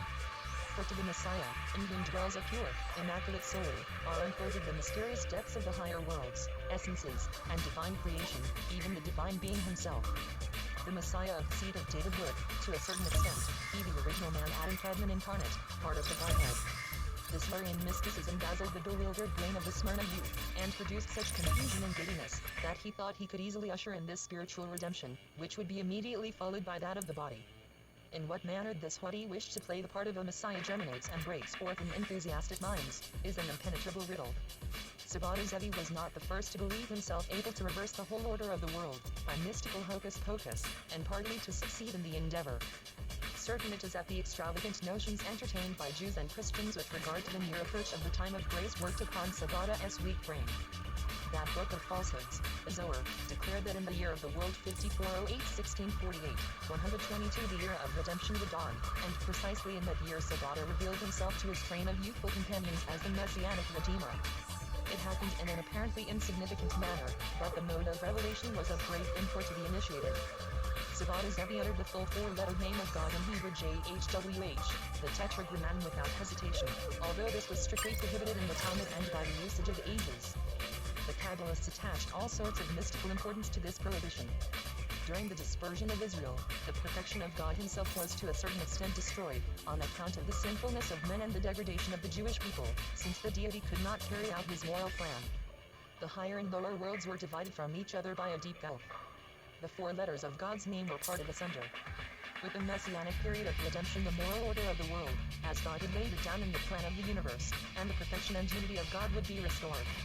When Sabbatai Zevi permitted himself to pronounce the name of God in full, he thereby proclaimed that the time of grace had begun with him. However, despite his pious, mystical life, he had too little authority at the age of 22 for the rabbis to allow an infraction of the existing order of things, which might lead to further inroads. When Zevi's pretensions became known some years later, the College of Rabbis, at their head his teacher Joseph Escapa, laid him and his followers under a ban. Many bickerings ensued in the community, the particulars of which are not known. Finally he and his disciples were banished from Smyrna about 1651. The messianic delusion appeared to have been extinguished, but it smoldered on, and broke out again, about 15 years later, in a bright, consuming flame. This persecution, far from terrifying 123 Sabbatai Zevi, gave him a sense of his dignity. The idea of a suffering Messiah had been transplanted from Christianity to Judaism. It was the accepted view that humiliation was the precursor of the Messiah's exaltation and glorification. Sabbatai believed in himself, and his disciples, amongst them Moses King Hero, a man of mature age, highly esteemed for scientific acquirements, shared the belief with tenacity. If the Messiah had been obliged to beg his way through the world, his illusion would not have long held its ground. But Sabbatai was richly provided with means. He could maintain his independence and his presumed dignity, and win adherence to his cause. At first, however, he kept himself in concealment, did not say much about his messiahship, and thereby escaped ridicule. Whither he betook himself after his banishment from his native city is not quite certain. Probably to the Turkish capital, where dwelt the largest Jewish community, in which were so many clean and unclean elements, that everyone could find companions for plans and adventures. Here he made the acquaintance of a preacher, Abraham Yechini, who confirmed him in his delusion. Yechini stood in high repute on account of his talent as a preacher. He was a needy and artful fellow, and made neat transcriptions for a Dutch Christian, who dabbled in Oriental literature. From selfish motives or delight in mystification, and to confirm Sabbatai Zevi in his delusion, Yechini palmed off upon him an apocryphal manuscript in archaic characters, which he alleged bore ancient testimony to Sabbatai's messiahship. I, Abraham, shut up for 40 years in a cave, and wondered that the time of miracles did not make its appearance. Then a voice replied to me, a son shall be born in the year of the world 5386-1626, and be called Sabbatai. He shall tell the great dragon, he is the true Messiah, and shall wage war without weapons. This document, which the young fanatic himself appears to have taken for a genuine revelation, 124 became later on the source of many mystifications and impostures. However, it appeared inadvisable to the dupe and the deceiver that he should appear in Constantinople. Salonika, which had always paid homage to mysticism, seemed a more suitable field for Kabbalistic extravagances. Here, therefore, Sabbatai resided for some time, gained adherents, and came forward with greater boldness. Here he enacted one of his favorite scenes, by which he afterwards worked upon the imagination of the Kabbalists. He prepared a solemn festival, invited his friends, sent for the sacred book Torah, and intimated to those present that he was about to celebrate his mystical marriage with it. In the language of the Kabbalah, this meant that the Torah, the daughter of heaven, was to be united indissolubly with the Messiah, the Son of Heaven, or Ein Sof. This scene displeased the discreet rabbis of Salonika, and they decreed his banishment. Thence he betook himself to the Moria, probably to relatives and friends of his father, and resided for some time at Athens, where at that time there was a Jewish community. When the Jews of this region heard of the sentence pronounced upon him, they gave him no encouragement. This opposition, far from discouraging him, only served to make him bolder. He probably regarded his sufferings as necessary for the glorification of the Messiah. At last, after long wandering, a prospect of realizing his dream presented itself at Cairo. In the Egyptian capital there was a Jewish mint master and tax farmer, with the title of Seraph Bashi, similar to the oligarchs at Alexandria in earlier ages. At that time after 1656, the office was held by Raphael Joseph Shalebi, of Aleppo, a man of great wealth and open-handed benevolence, but of unspeakable credulity, and ineradicable propensity to mysticism and asceticism. 50 learned Talmudists and Kabbalists were supported by him, and dined at his 125 table. Everyone who sought his compassion found help and relief in his need. While riding in the royal chariot, and appearing in splendid robes, he wore sackcloth underneath, fasted and bathed much, and frequently at night scourged himself. Samuel Vidal, a son of Chaim Calabresi, superintended his constant penances according to the Kabbalistic precepts of Luria Tikkun Luria. These were intended, as has been stated, to hasten the coming of the Messiah. To be in Cairo and not to make Raphael Joseph's acquaintance was an inconceivable course for a Kabbalist. Sabata Zevi thus came into his circle, and won his confidence the sooner, as, owing to his independent position, he did not desire anything of him. He appears to have partially revealed his messianic plans to Raphael. He had grown older, maturer, and wiser, and he knew how to make men amenable to his wishes. The apocalyptic year, 1666, was drawing near, and it was important to use the auspicious moment. He betook himself to Jerusalem, perhaps under the delusion that in the Holy Land a miracle would take place to confirm his greatness. The community of Jerusalem was at that time in every way poor and wretched. Besides being ground down by the oppressions and extortions of Turkish officials, it suffered because the supplies from Europe were exhausted on account of the constant massacres of the Jews in Poland. The consequence was that the best men emigrated, leaving the government of the community to thoroughgoing Kabbalists, devoted adherents of Luria and Vital, or to a licentious sect, who followed the impulses of barefaced selfishness. There were at that time very few men of repute and authority in Jerusalem. A Marano physician named Jacob Zemak appears to have stood at their head. He had leapt, so to speak, in one bound from a Portuguese church into the nest of Kabbalists at Safed, and there, as later at Jerusalem, 126 had become an unconscious tool for the mystifications practiced by Vital. Abraham Amigo, a Talmudist of the second or third rank, had similar aims. A man of some importance, to be sure, was Jacob Chagas 1660 to 1674, who had migrated from Italy to Jerusalem, and who wrote Spanish well. Chagas, however, had no official position, but lived the life of a recluse in an academy, which two brothers named David, of Hebron, had founded for him. The thoughtless credulity of the people of Jerusalem of that time is instanced by the gross deception practiced upon them by Baru Gad, one of their alms collecting and sayings, which they, the learned and the unlearned, not only heard, but swore to execute. Baru Gad had gone on a begging journey to Persia, where he concluded that he had experienced many adventures, and had been saved by a Jew of the tribe of Naphtali, who had given him a Kabbalistic letter from one of the sons of Moses at the miraculous river Sabation. It contained much about the riches, splendor, and daily miracles of the sons of Moses, and said that they were momentarily awaiting the commencement of the Messianic epoch as a signal for coming forth. This story, certified by a circular, was brought by Baru Gad to Jerusalem, where it found unquestioning credence. When the community of Jerusalem had fallen into great want in consequence of the Cossack massacre, 10 so-called rabbis, Jacob Zemak at their head, sent to Reggio to their envoy Nathan Spira, of Jerusalem, a copy of this document from the sons of Moses, which was kept in careful custody. It was to serve as a way to draw more in the province. The miracle which Sabata Zevi was expecting for himself in the holy city was present in the credulity and mania for miracles on the part of the people of Jerusalem, who were inclined, like the lowest savages, to accept any absurd message as a 127 divine revelation, if only it was brought before them in the right manner. At first the Smyrna enthusiast kept himself quiet, and gave no offense. He lived according to the precepts of the Kabbalah, imposed the severest mortification on himself, and often stayed by the graves of pious men in order to draw down their spirits. Thereby, aided by a pleasing, attractive, and reverential behavior and taciturn manner, he gradually gathered round him a circle of adherents who had blind faith in him. One of his devoted followers related with credulous simplicity, and Sabata Zevi shed floods of tears of pain. He sings songs the whole night with his melodious voice, while pacing the room now with short, now with long strides. His whole conduct was out of the ordinary groove.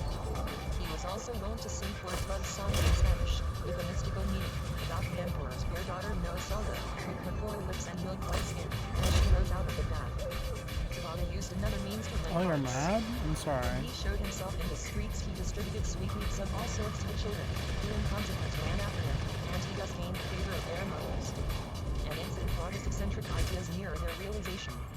The community of Jerusalem was sentenced by one of the pashas or some minor official to one of those oppressive exactions which frequently carry people and death in their train. The impoverished members rested their hopes solely on Raphael Joseph Shalevi at Cairo, known to have the means and inclination to succor his afflicted brethren, especially the saints of Jerusalem. A messenger was to be sent to him, and Sabata Zevi was universally regarded as the most fitting, particularly as he was a favorite with the Seraph Bashi. He undertook this task willingly, because he hoped to get the opportunity to play the part of savior of the holy city. His worshippers date from this journey 128 to Egypt the beginning of his miraculous power, and assert that he accomplished many miracles at sea. Sabata, however, traveled not by water, but by land, by way of Hebron and Gaza, probably joining a caravan through the desert. He excited so much attention that all the Jews of Hebron, in order to serve him, would bring promises during the night of his stay. A arrived at Cairo, he immediately received from Shalebi the sum required for the ransom of the community at Jerusalem, and, besides, an extraordinarily favorable opportunity presented itself to confirm his messianic dreams. During the massacre of the Jews in Poland by Khmelnytsky, a Jewish orphan girl of about 6 was found by Christians, and put into a nunnery. Her parents were dead, a brother had been driven to Amsterdam, the whole community broken up and put to flight, and no one troubled himself about the forsaken child, so that the nuns of the convent regarded the foundling as a sole god to them and gave her a Christian conventual education. The impressions received in the house of her parents were so lively, that Christianity found no entrance into her heart. She remained faithful to Judaism. Nevertheless, her soul was nourished by fantastic dreams induced by her surroundings, and her thoughts took an eccentric direction. She developed into a lovely girl, and longed to escape from the cloister. One day, she was found by Jews, who had again settled in place, in the Jewish cemetery. Astonished at finding a beautiful girl of 16 lightly clad in such a position, they questioned her, and received answer that she was of Jewish extraction, and had been brought up in a convent. The night before, she said, she had been bodily seized by her father's ghost, and carried out of bed to the cemetery. In support of her statement, she showed the women nail marks on her body, which were said to come from her father's hands. She appears 129 to have learned in the convent the art of producing scars on her body. The Jews thought it dangerous to keep a fugitive from the convent in their midst, and sent her to Amsterdam. There she found her brother. Eccentric by nature and excited by the change in her fortunes, she continued to believe that she was destined to be the wife of the Messiah, who was soon to appear. After she had lived some years in Amsterdam under the name of Sarah, she came to is not known for what purpose by way of Frankfurt on the Main to Leghorn. There, as credible witnesses of her, she put her charms to immoral use, yet continued to maintain that she was dedicated to the Messiah, and could contract no other marriage. The strange history of this Polish girl circulated amongst the Jews, and penetrated even to Cairo. Sabata Zevi, who heard of it, gave out that a Polish Jewish maiden had been promised to him in return as his spiritual wife. He sent a messenger to Leghorn, and had Sarah brought to Cairo. By her fantastical, free, self-confident behavior and by her beauty, Sarah made a peculiar impression upon Sabata and his companions. He himself was firmly convinced of his messiahship. To Sabata and his friends the immoral life of these Polish adventurers was not unknown. This also was said to be a messianic dispensation. He had been directed, like the prophet Hosea, to marry an unjust wife. No one was so happy as Raphael Joseph Shalebi, because at his house the Messiah met his bride, and was married. He placed his wealth at the disposal of Sabata Zevi, and became his most influential follower. The warm adhesion of so dignified, respected, and powerful a man brought many believers to Sabata. It was rightly said that he had come to Egypt as a messenger, and returned as the Messiah. For, from this second residence at Cairo dates his public career. Sarah, 130 also, the Messiah's fair bride, brought him many disciples. Through her romantic, licentious element entered into the fantastic career of Sarah and the Prophet. He was a free man of life attracted youth and men who had no sense of the mystical movement. With a larger following than when he started, Sabata returned to Palestine, bringing 2 talismans of more effective power than Kabbalistic means Erez's influence and Shalebi's money. At Gaza he found a third confederate, who helped to smooth his path. At Jerusalem there lived a man named Elisha Levi, who had migrated thither from Germany. The Jews of the Holy City dispatched him to all parts of the world with daily letters. Whilst he was roaming through northern Africa, Amsterdam, Hamburg, and Poland, his son Nathan Benjamin Levi 1644 to 1680 directed himself, or with the first education of that time. He developed, in the school of Jacob Chages, into a youth with superficial knowledge of the Talmud, acquired Kabbalistic scraps, and obtained facility in the high-sounding, but hollow, nonsensical rabbinical style of the period, which concealed poverty of thought beneath verbiage. The pen was his faithful instrument, and replaced the gift of speech, in which he had little facility. This youth was suddenly raised from pressing poverty to opulence. A rich Portuguese, Samuel Lisbona, who had moved from Damascus to Gaza, asked Jacob Chages to recommend a husband for his beautiful, the one-eyed daughter, and he suggested his disciple Nathan Benjamin. Thus he became connected with a rich house, and in consequence of this change of fortune, lost all stability, if he had any. When Sabata Zevi, with a large train of followers, came to Gaza on his way back from Cairo, posing as the Messiah, and accepted as such by the crowds gathering about him, Nathan Gazati that is, of Gaza entered into close relationship 131 with him. In what way their mutual acquaintance and attachment arose is not explained. Sabata's disciples declared that Nathan had dug up a part of the ancient writing, wherein Zevi's messiahship was testified. It is probably nearer the truth that Sabata, to convince Ghazati of his mission, palmed off on him the spurious document received from Abraham Yakini.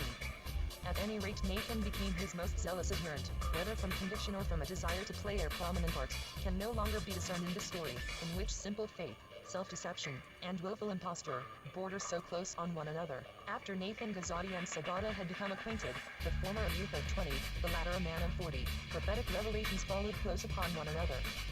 Ghazati professed to be the risen Elijah, who was to pave the way for the Messiah. He gave out that he had received a call on a certain day, probably the eve of the Pentecost, 1665, that in a year and a few months the Messiah would show himself in his glory, would take the Sultan captive without arms, only with music, and establish the dominion of Israel over all the nations of the earth. The Messianic age was to begin in the year 1666. This revelation was proclaimed everywhere in writing by the pretended prophet of Gaza, with the addition of wild fantasies and suggestive details. He wrote to Raphael Joseph acknowledging the receipt of the money sent by him, and begging him not to lose faith in Sabata. The latter would certainly in a year and some months make the Sultan his subject and lead him about as a captive. The dominion would be entrusted to Nathan, until he should conquer the other nations without bloodshed, warring only against Germany, the enemy of the Jews. Then the Messiah would take himself to the banks of the river Sabation, and there spouse the daughter 132 of the great prophet, Moses, who at the age of 13 would be exalted as queen, with Sarah as her slave. Finally, he would lead out the 10 tribes to the Holy Land, riding upon a lion with a 7-headed dragon in its jaws. The more exaggerated and absurd Nathan's prophetic vaporings were, the more credence did they find. A veritable fit of intoxication took possession of nearly all the Jews of Jerusalem and the neighboring communities. With the prophet, formerly a shy youth, proclaiming so great a message, and the Messiah, more profoundly versed in the Kabbalah and Bible, who could venture to doubt the approach of the time of grace. Those who shook their heads at this rising impostor were laughed to scorn by the Sabbatians. The rabbinical leaders of the Jerusalem community were unfavorably struck by this messianic movement, and sought to stifle it at its birth. It was sufficient to prejudice them against Sabata that he stood in the foreground, and put them in the shade. He is said to have distributed the money from Egypt according to his own discretion, and in the division to have unduly favored his own followers. Jacob Changes and his college threatened him with the heaviest excommunication if he should persist in his course. Sabata Zevi appears to have cared little for this, especially as a ban could have no effect if the community was on his side. Even Moses Galani, the son-in-law of Jacob Changes, esteemed as an authority in the Holy Land, regarded him with respect, although, as he afterwards declared, he did not believe in him unconditionally. Sabata Zevi saw clearly that Jerusalem was not the right place for his plans, as the rabbis were themselves to his way. Nathan Ghazati thereupon proclaimed in an ecstasy that Jerusalem had lost its importance as the sacred city, and that Gaza had taken its place. At Smyrna, his native city, an important gathering place for Europeans and then 33 Asiatics, Sabata thought he could achieve greater success. His rich brothers prepared a good reception for him by the distribution of money amongst the poor and needy, and Nathan's extravagant prophetic letters had kindled the imagination of the people. Sabata took care to dispatch active missionaries of a fanatical and fraudulent character, to predict his messianic appearance, excite men's minds, and fill them with his name. Sabata Raphael, a beggar and impostor from the Moria, enlarged in mountebank fashion on the Messiah's greatness. And the German Kabbalist, Mattathias Bloch, did the same in blind simplicity. Thus it came to pass that when Sabata Zevi left Jerusalem of his own accord, as he pretended, vanished, as others said, he was at once received in triumph in the large Asiatic community of Aleppo. Still greater was the homage paid him in his native city autumn 1665. The ban pronounced against him was not remembered. He was accompanied by a man of Jerusalem, Samuel Kramer, who became his private secretary, and one of his most zealous recruiting agents. Samuel Primo understood the art of investing trifles with an air of official seriousness and by a flowery style to give worldwide importance to the messianic impostor. He alone remained sober in the midst of the ever-increasing fanaticism, and gave aim and direction to the enthusiasts. Primo appears to have heralded Sabata as freed from conviction. He had a secret plan to be accomplished through the Messiah. He appears to have made use of Sabata more than to have been employed by him. Sabata had tact enough not to announce himself at once at Smyrna as the Messiah. He commanded the believing multitude not to speak of it until the proper time. But this reserve, combined with other circumstances, he ranting letters of Nathan, the arrival of some 134 men of Jerusalem who brought him the homage of the holy city though without being commissioned to do so, the severe mortifications which the people inflicted on themselves, to atone for their sins and to become worthy of the coming of the Messiah. This worked upon the minds of the multitude, and they could scarcely wait for the day of his revelation. He had the Kabbalists on his side through his mystical utterances. At length Sabbatai Zevi declared himself publicly in the synagogue, with blowing of horns, as the expected Messiah New Year, September, or October, 1665, and the multitude shouted to him, "Long live our King, our Messiah." The proverb that a prophet is least honored in his own country was for once belied. The madness of the Jews of Smyrna knew no bounds. Every sign of honor and enthusiastic love was shown him. It was not joy, but delirium to feel that the long-expected Messiah had at last appeared, and in their own community. The delirium seized great and small. Women, girls, and children fell into raptures, and proclaimed Sabbatai Zevi in the language of the Zohar as the true Redeemer. The word of the prophet, that God at the end of the world will pour forth his spirit upon the young, appeared fulfilled. All prepared for a speedy exodus, to return to the Holy Land. Workmen neglected their business, and thought only of the approaching kingdom of the Messiah. The confusion in men's brains showed itself in the way in which the Sabbatians of Smyrna strove to merit a share in the time of grace. On the one hand, they subjected themselves to incredible penances lasted several days in succession, refrained from sleep for nights, in order that, by Kabbalistic prayers taken in at midnight, they might wipe away their sins, and bathed in extremely cold weather, even with snow on the ground. Some buried themselves up to the neck in the soil, and remained in their damp graves until their limbs were 135 stiff with cold. On the other hand, they abandoned themselves to the most extravagant delight, and celebrated festival after festival in honor of the Messiah. Whenever Sabbatai Zevi showed himself ablaze with a large train of followers or walked through the streets singing songs, "The right hand of the Lord is exalted, the right hand of the Lord reigneth victory," or preached in a synagogue, and proved his messiahship by Kabbalistic interpretations of Scripture. He showed himself only in procession in public, waved a fan to cool himself, and whoever was touched with it was sure of the kingdom of heaven. The delirious joy of his followers knew no bounds. Every word of his was repeated 1,000 times as the word of God, expounded, exaggerated, and intensified. All that he did was held as miraculous, published, and believed. The madness went so far that his adherents in Smyrna and elsewhere, as at Salonika, that Kabbalist hotbed of old, married their children of 12, 10, and even younger, to one another, even 100 couples in all hat, according to Kabbalistic ideas, they might cause the souls not yet born to enter into life, and thereby remove the last obstacle to the commencement of the time of grace. The activity of Sabbatai Zevi in electrifying the minds of simple believers, now by public pomp and pageantry, now by silent retirement, was supplemented by Sarah, his wife, who by her loose conduct worked on the passions of the male population. The bonds of chastity, drawn much tighter among Muslim Jews than in Europe, were broken. The assembling of persons of both sexes in great multitudes, hitherto unheard of, was a slight innovation. In messianic transports of delight, men and women fenced with one another as if mad, and in mystical fervor many excesses are said to have been committed. The voice of censure and caution was gradually silenced. All were drawn into the vortex, 136, and the unbelievers were rendered harmless. The Rabbi Aaron de la Papa died 1674, an aged and respectable man, who at first spoke against this messianic madness, and pronounced the ban against its originator, together with other rabbis, was publicly reviled in a sermon by Sabbatai, removed from office, and obliged to leave Smyrna.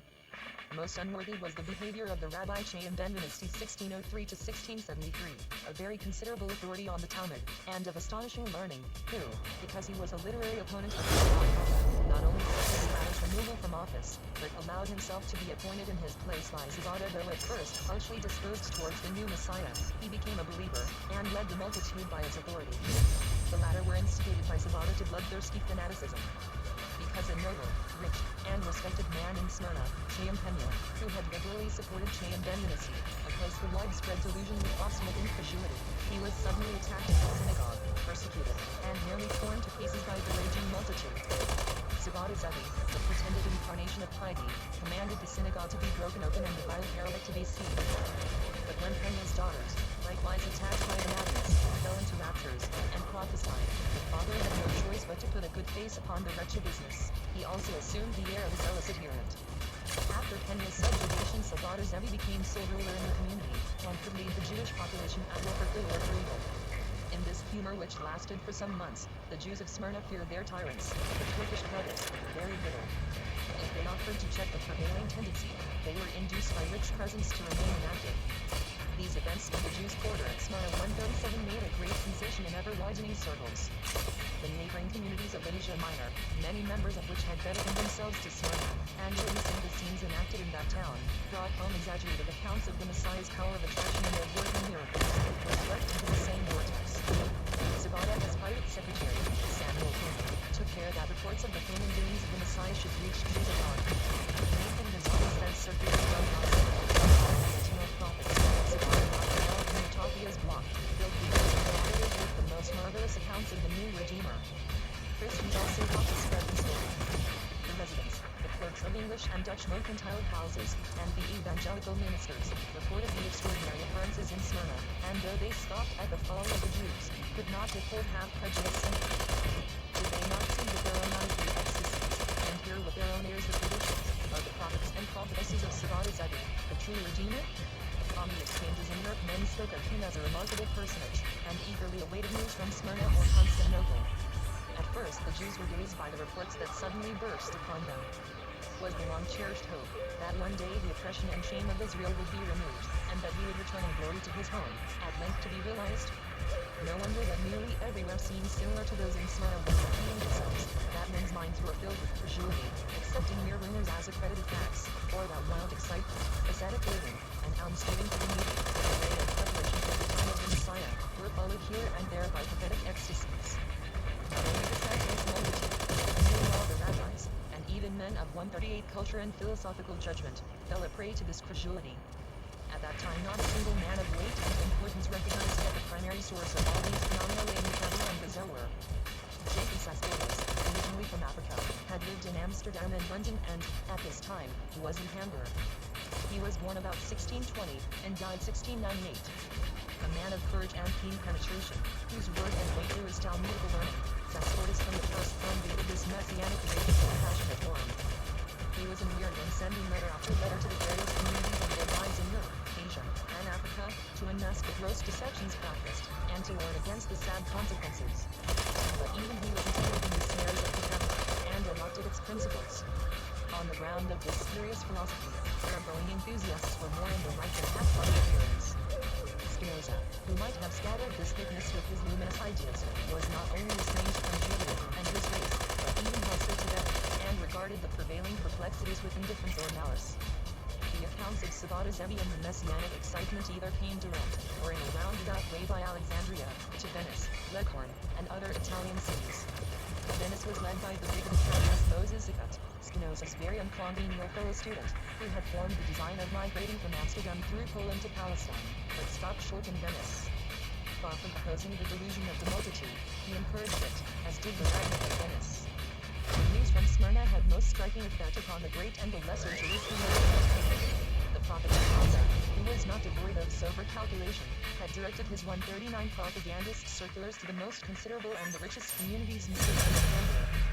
These entered into close relationship with the new messianic movement. The Jews of Amsterdam and Hamburg received confirmation of the extraordinary events at Smyrna from trustworthy Christians, many of whom were sincerely rejoiced thereat. Even Heinrich Oldenburg, a distinguished German savant in London, wrote to his friend Spinoza December 1665. All the world here is talking of a rumor of the return of the Israelites, dispersed for more than 2,000 years, to their own country. Few believe it, but many wish that should the news be confirmed, it may bring about a revolution in all things. The number of believers in Amsterdam increased daily among the Portuguese no less than among the Germans, and numbers of educated people set the example. The rabbis Isaac Abode and Raphael Moses de Aguilar, Spinoza's fellow student Isaac Nar, and Abraham Pereira, one of the Catholics, all became believers. Even the semi-Spinozist Dionysius Eusaphia became a zealous adherent of the new Messiah. In Amsterdam, devotion to the new faith expressed itself in contradictory ways by noisy music and dancing in the houses of prayer, and by gloomy, monkish self-mortification. The printing presses could not supply enough copies of special churches in Portuguese and Spanish, for the multitude of believers. In these books, penances and formulas were written by which men hoped to become partakers in the kingdom of the Messiah. Many Sabbatian prayers written in printed Savada as likeness together with that of King David, also the emblems of his dominion, and select sentences from the Bible. In confident expectation of speedy return to the Holy Land, the elders of one synagogue introduced the custom of pronouncing the priestly blessing every Sabbath. 140 at Hamburg, the Jews went to still greater lengths of thought, because they wished to make a demonstration against the bigoted Christians, who in many ways tormented them with vexatious restrictions, and when possible compelled them to listen to Christian sermons. Whoever entered the synagogue, and saw the Jewish worshippers hop, jump, and dance about with the roll of the law in their arms, serious, respectable men withal, of Spanish stateliness, had to take them for madmen. In fact, a mental disease prevailed, which made men childish. Even the most distinguished in the community succumbed to it. Mano Teixeira, also called Isaac Senor Teixeira, was born about 1630, and died about 1695. Some months before the death of his father, Diego Teixeira, a Morongo nobleman who had emigrated from Portugal and settled at Hamburg, Mano became resident minister, banker, and confidant of Christina, former Queen of Sweden. She valued him on account of his honesty, his noble bearing, and his shrewdness. She exchanged letters with him on important affairs, conferred with him on the political interests of Europe, and credited him with deep, statesmanlike views. During her residence at Hamburg, she took up her abode in Mano Teixeira's house, to the vexation of the local ecclesiastical authorities who were hostile to the Jews, and he remained quite unconcerned, although the Protestant preachers censured her severely from the pulpits. Men of the highest rank resorted to Teixeira's house, and played with him for high stakes. This Jewish cavalier also belonged to Sabata's adherents, and joined in the absurd dances. As also the skillful and famous physician Benedito de Castro Baruch Nehemiah, now advanced in years, for a time the physician of the Queen during her residence in Hamburg. De Castro was at that time director of the Hamburg community, and by his order the 141 Messianic follies were practiced in the synagogue. Jacob Sasportes, who because of the outbreak of the plague in London at that time resided in Hamburg, used serious arguments and satire against this Messianic delusion. But he could not make his voice heard, and only just escaped rough handling by the Sabatians. The community recently established in London in the reign of Charles II, which had elected Jacob Sasportes as chief rabbi, was no less possessed with this craze. It derived additional encouragement from contact with Christian enthusiasts who hoped to bring about the millennium. Curious reports flew from mouth to mouth. It was said that in the north of Scotland a ship had appeared, with silken sails and ropes, manned by sailors who spoke Hebrew. The flag bore the inscription, "The 12 tribes or families of Israel." Believers living in London in English fashion offered wagers at the odds of 10 to 1 that Sabata would be anointed king of Jerusalem within 2 years, and drew formal bills of exchange upon the issue. Wherever Jews dwelt, news of the Kabbalistic Messiah of Smyrna penetrated, and everywhere produced wild excitement. The little community of Avignon, which was not treated in the mildest manner by the papal officers, prepared to emigrate to the kingdom of Judah in the spring of the year 1666. If Sabata Zevi had not hitherto firmly believed in himself and his dignity, this homage from nearly the whole Jewish race must have awakened conviction. Everyday advices, messengers, and deputations came pouring in, greeting him in most flattering terms as King of the Jews, placing life and property at his disposal, and overwhelming him with gifts. Had he been a man of resolute determination and strength of will, he might have obtained results of importance with this genuine enthusiasm and willing devotion of his believers.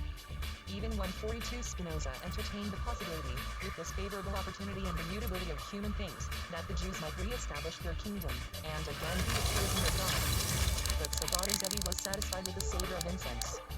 He cherished no great design, or rather, he lived in the delusion that men's expectations would fulfill themselves of their own accord by a miracle. Samuel Primo and some of his confidants appear, however, to have followed a fixed plan, namely, to modify the rabbinical system, or even to abolish it.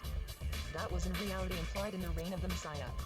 The fundamental conception of the Zohar, the Bible of the Kabbalists, is that in the time of grace, in the world of order Olam HaTikun, the laws of Judaism, the regulations concerning lawful and forbidden things, would completely lose their significance. Now this time, the Sabatians' thought, had already begun. Consequently, the minute ritualistic code of the Shulchan Aruch ought no longer to be held binding. Whether Sabata himself drew this conclusion, is doubtful. But some of his trusted adherents gave this theory prominence. A certain bitterness towards the Talmud and the Talmudic method of teaching prevailed in this circle. The Sabatian mystics felt themselves confined by the close meshes of the rabbinical network, and sought to disentangle it loop by loop. They set up a new deity, substituting a man-god for the God of Israel. In their one extravagance, the Kabbalists had so entirely changed the conception of the deity, that it had turned the name into nothing. On the other hand, they had so exalted and magnified the Messiah, that he was close to God. The Sabatians, or one of them Samuel Primo, built on this foundation. From the divine bosom the Ancient of Days, they said, a new divine personage had sprung, capable of restoring the order in the world intended in the original plan of divine perfection.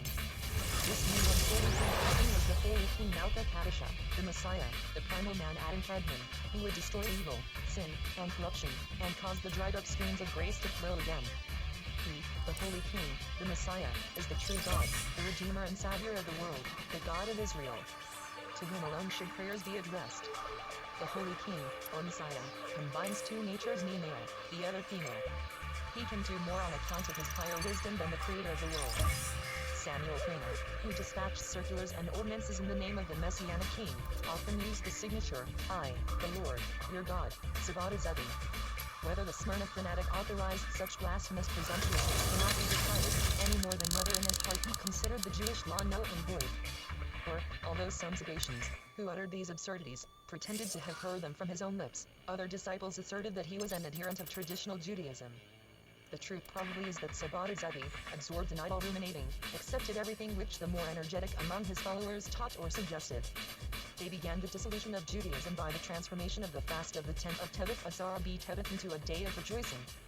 Samuel Pramo, in the name of his divinity, directed a circular to the whole of Israel in semi-official form. The first begotten Son of God, Sabaoth Zevi, Messiah and Redeemer of the people of Israel, to all the sons of Israel, peace. Since ye have been deemed worthy to behold the great day and the fulfillment of God's word by the prophets, your lament and sorrow must be changed into joy, and your fasting into merriment, for ye shall weep no more. Rejoice.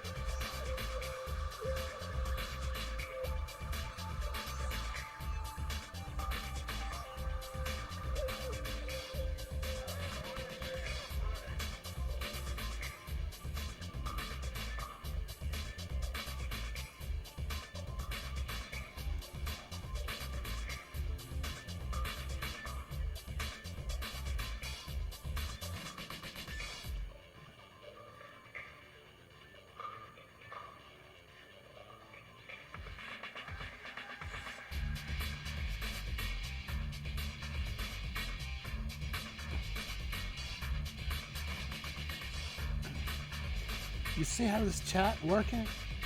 It's not working. That shows us some lagging behind it. It really is. My goodness. See, I hit an I, nothing happened.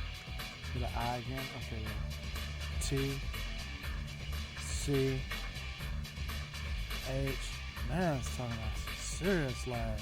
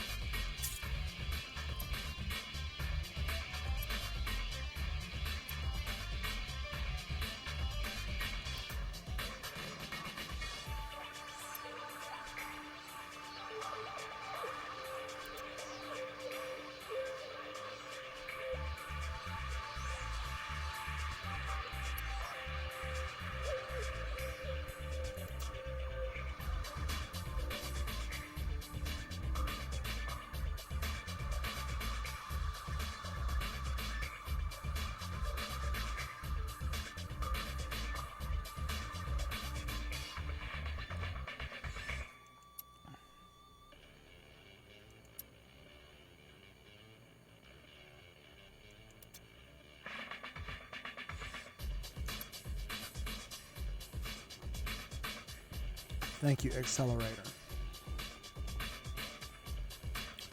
Ladies and gentlemen, live.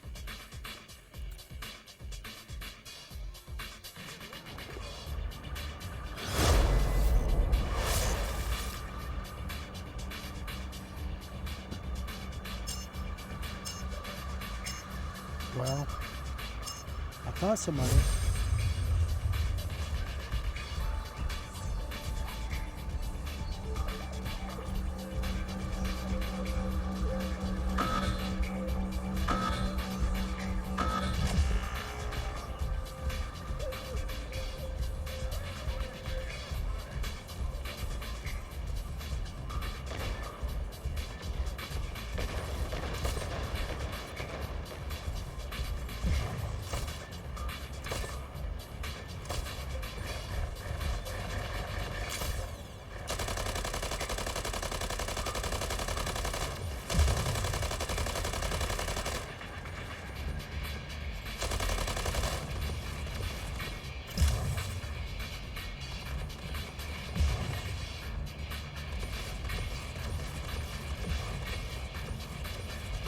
I need to take my vitamins.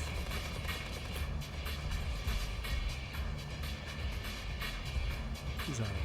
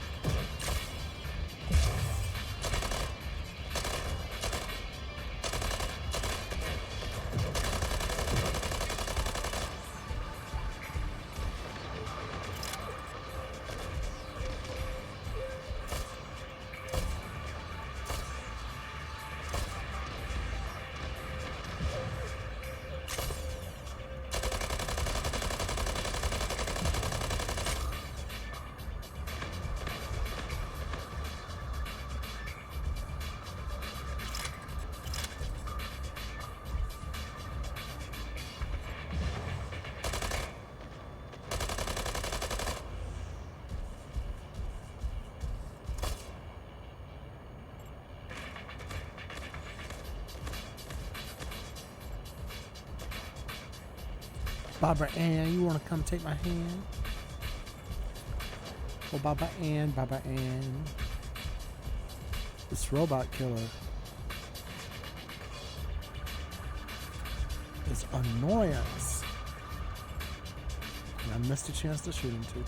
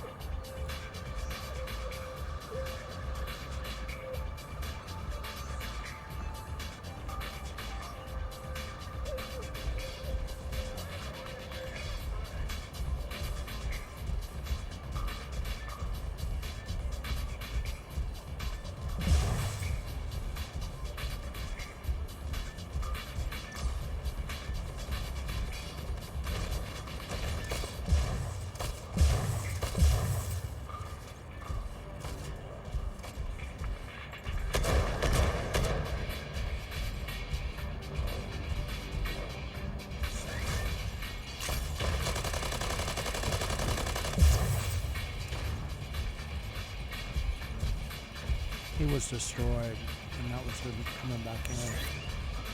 Just what I had longed for.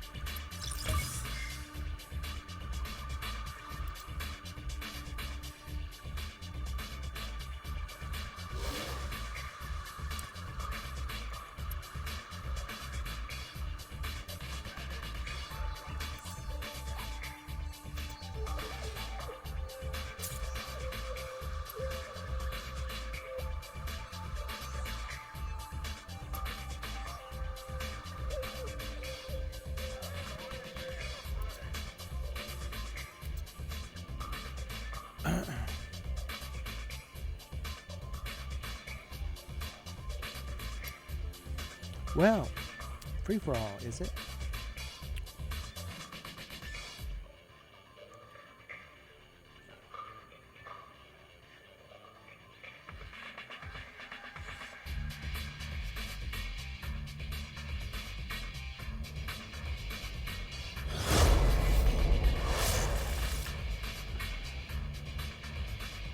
Van Hosmedal.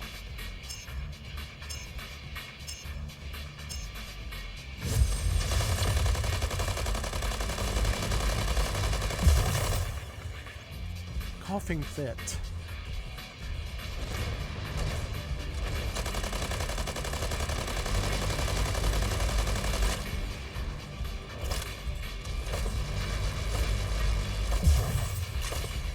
Oh.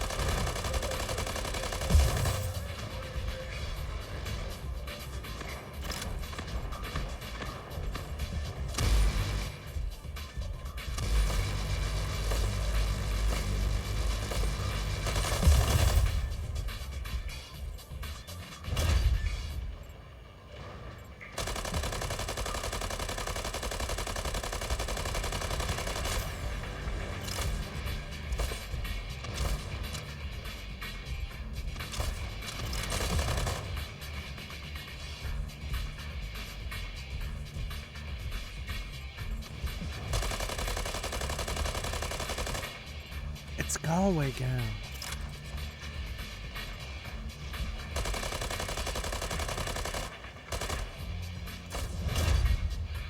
Darling, I worship you from afar.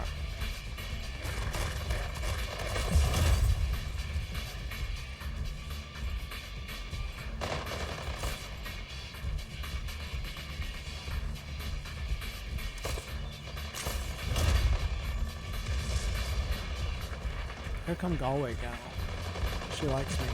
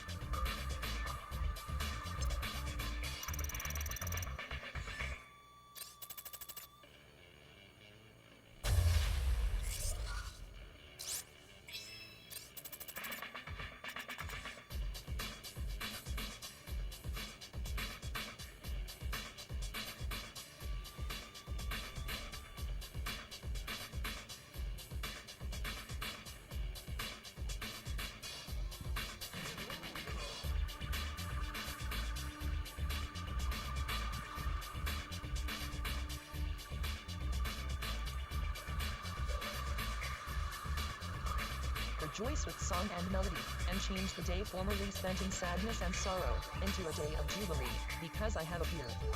So family rooted in men's minds was faith in Sabata Zevi, that the communities which the letter reached in time discontinued this fast, although 144 they believed that they could enter into the kingdom of the Messiah only by strict abstinence.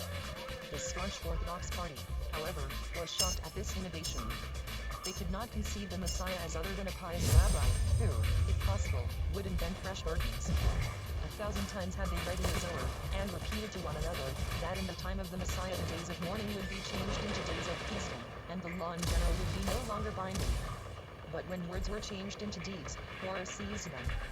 Those rabbis who before had regarded the movement half incredulously, or had not interfered with the penances and deeds of active benevolence to which many of the Sabbatians had felt prompted, thereby giving silent assent, now raised their voice against the law-destroying Messiahship. There began to be formed in every large community a small party of unbelievers coffer, chiefly men learned in the Talmud, who desired to guard the established religion against attacks and disruption.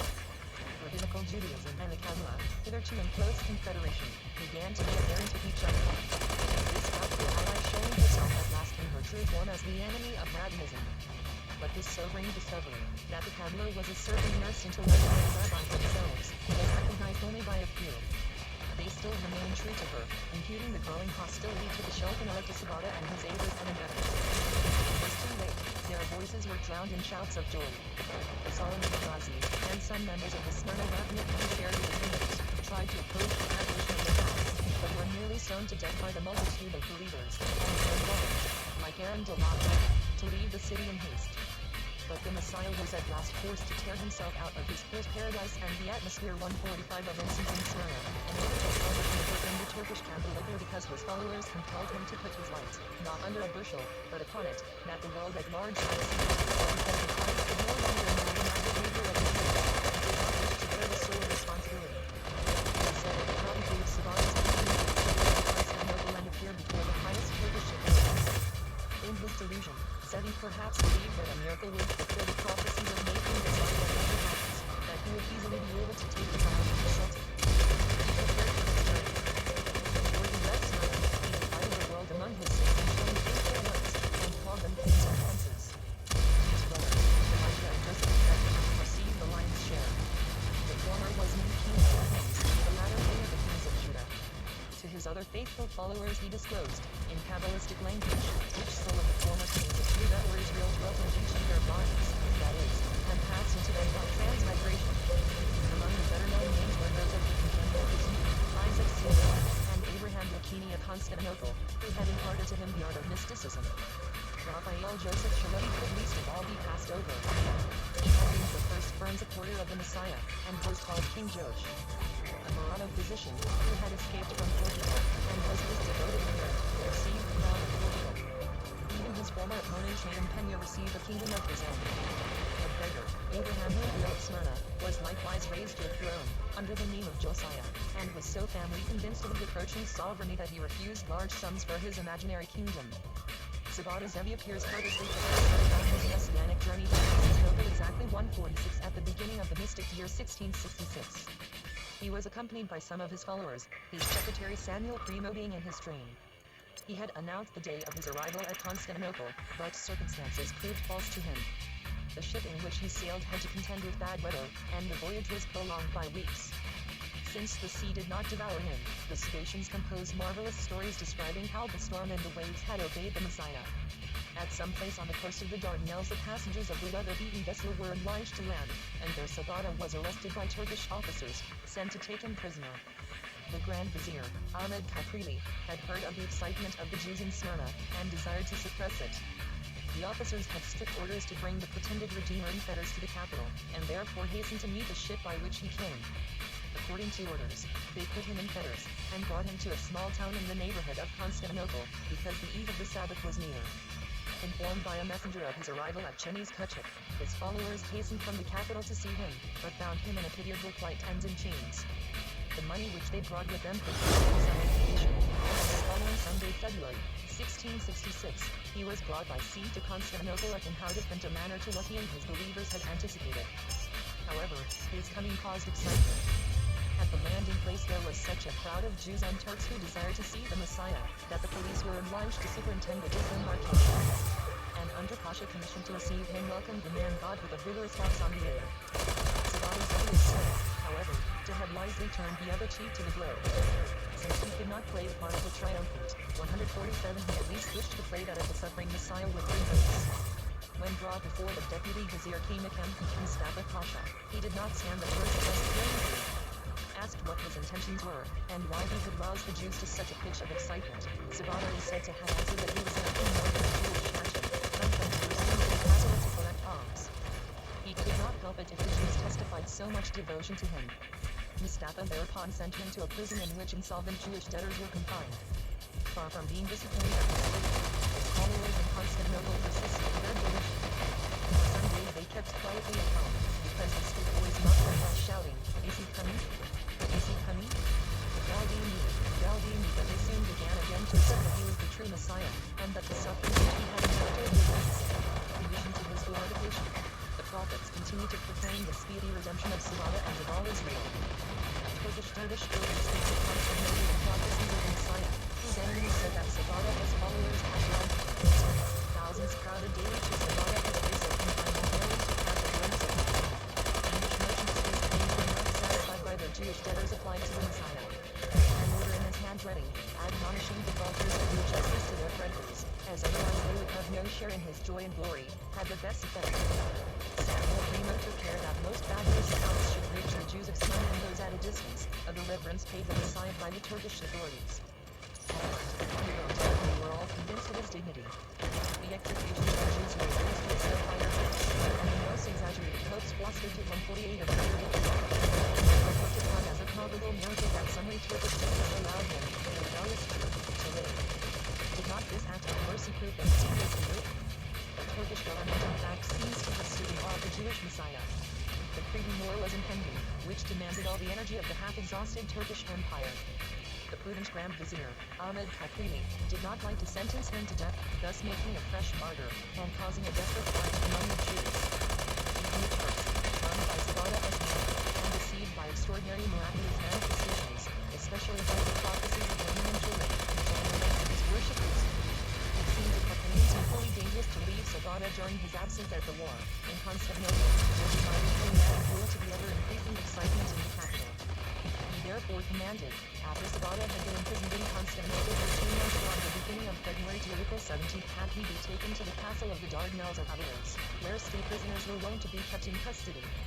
It was a mild confinement. So it was among them Samuel Prano, were allowed to accompany him thither. The station was fortressed by a mystical name, the Tower of Strength Niglaws. If Sabata Zevi had doubted himself for a moment, his courage rose through his change of abode, the respectful clemency shown him by the Divan, and the steady and increasing devotion of the Jews. He felt himself the Messiah again. On his arrival at the castle of the Dardanelles on April 19, the day of preparation for the Passover, he slew a paschal lamb for himself and his followers, and ate it with the fat, which is forbidden by the laws of the Talmud.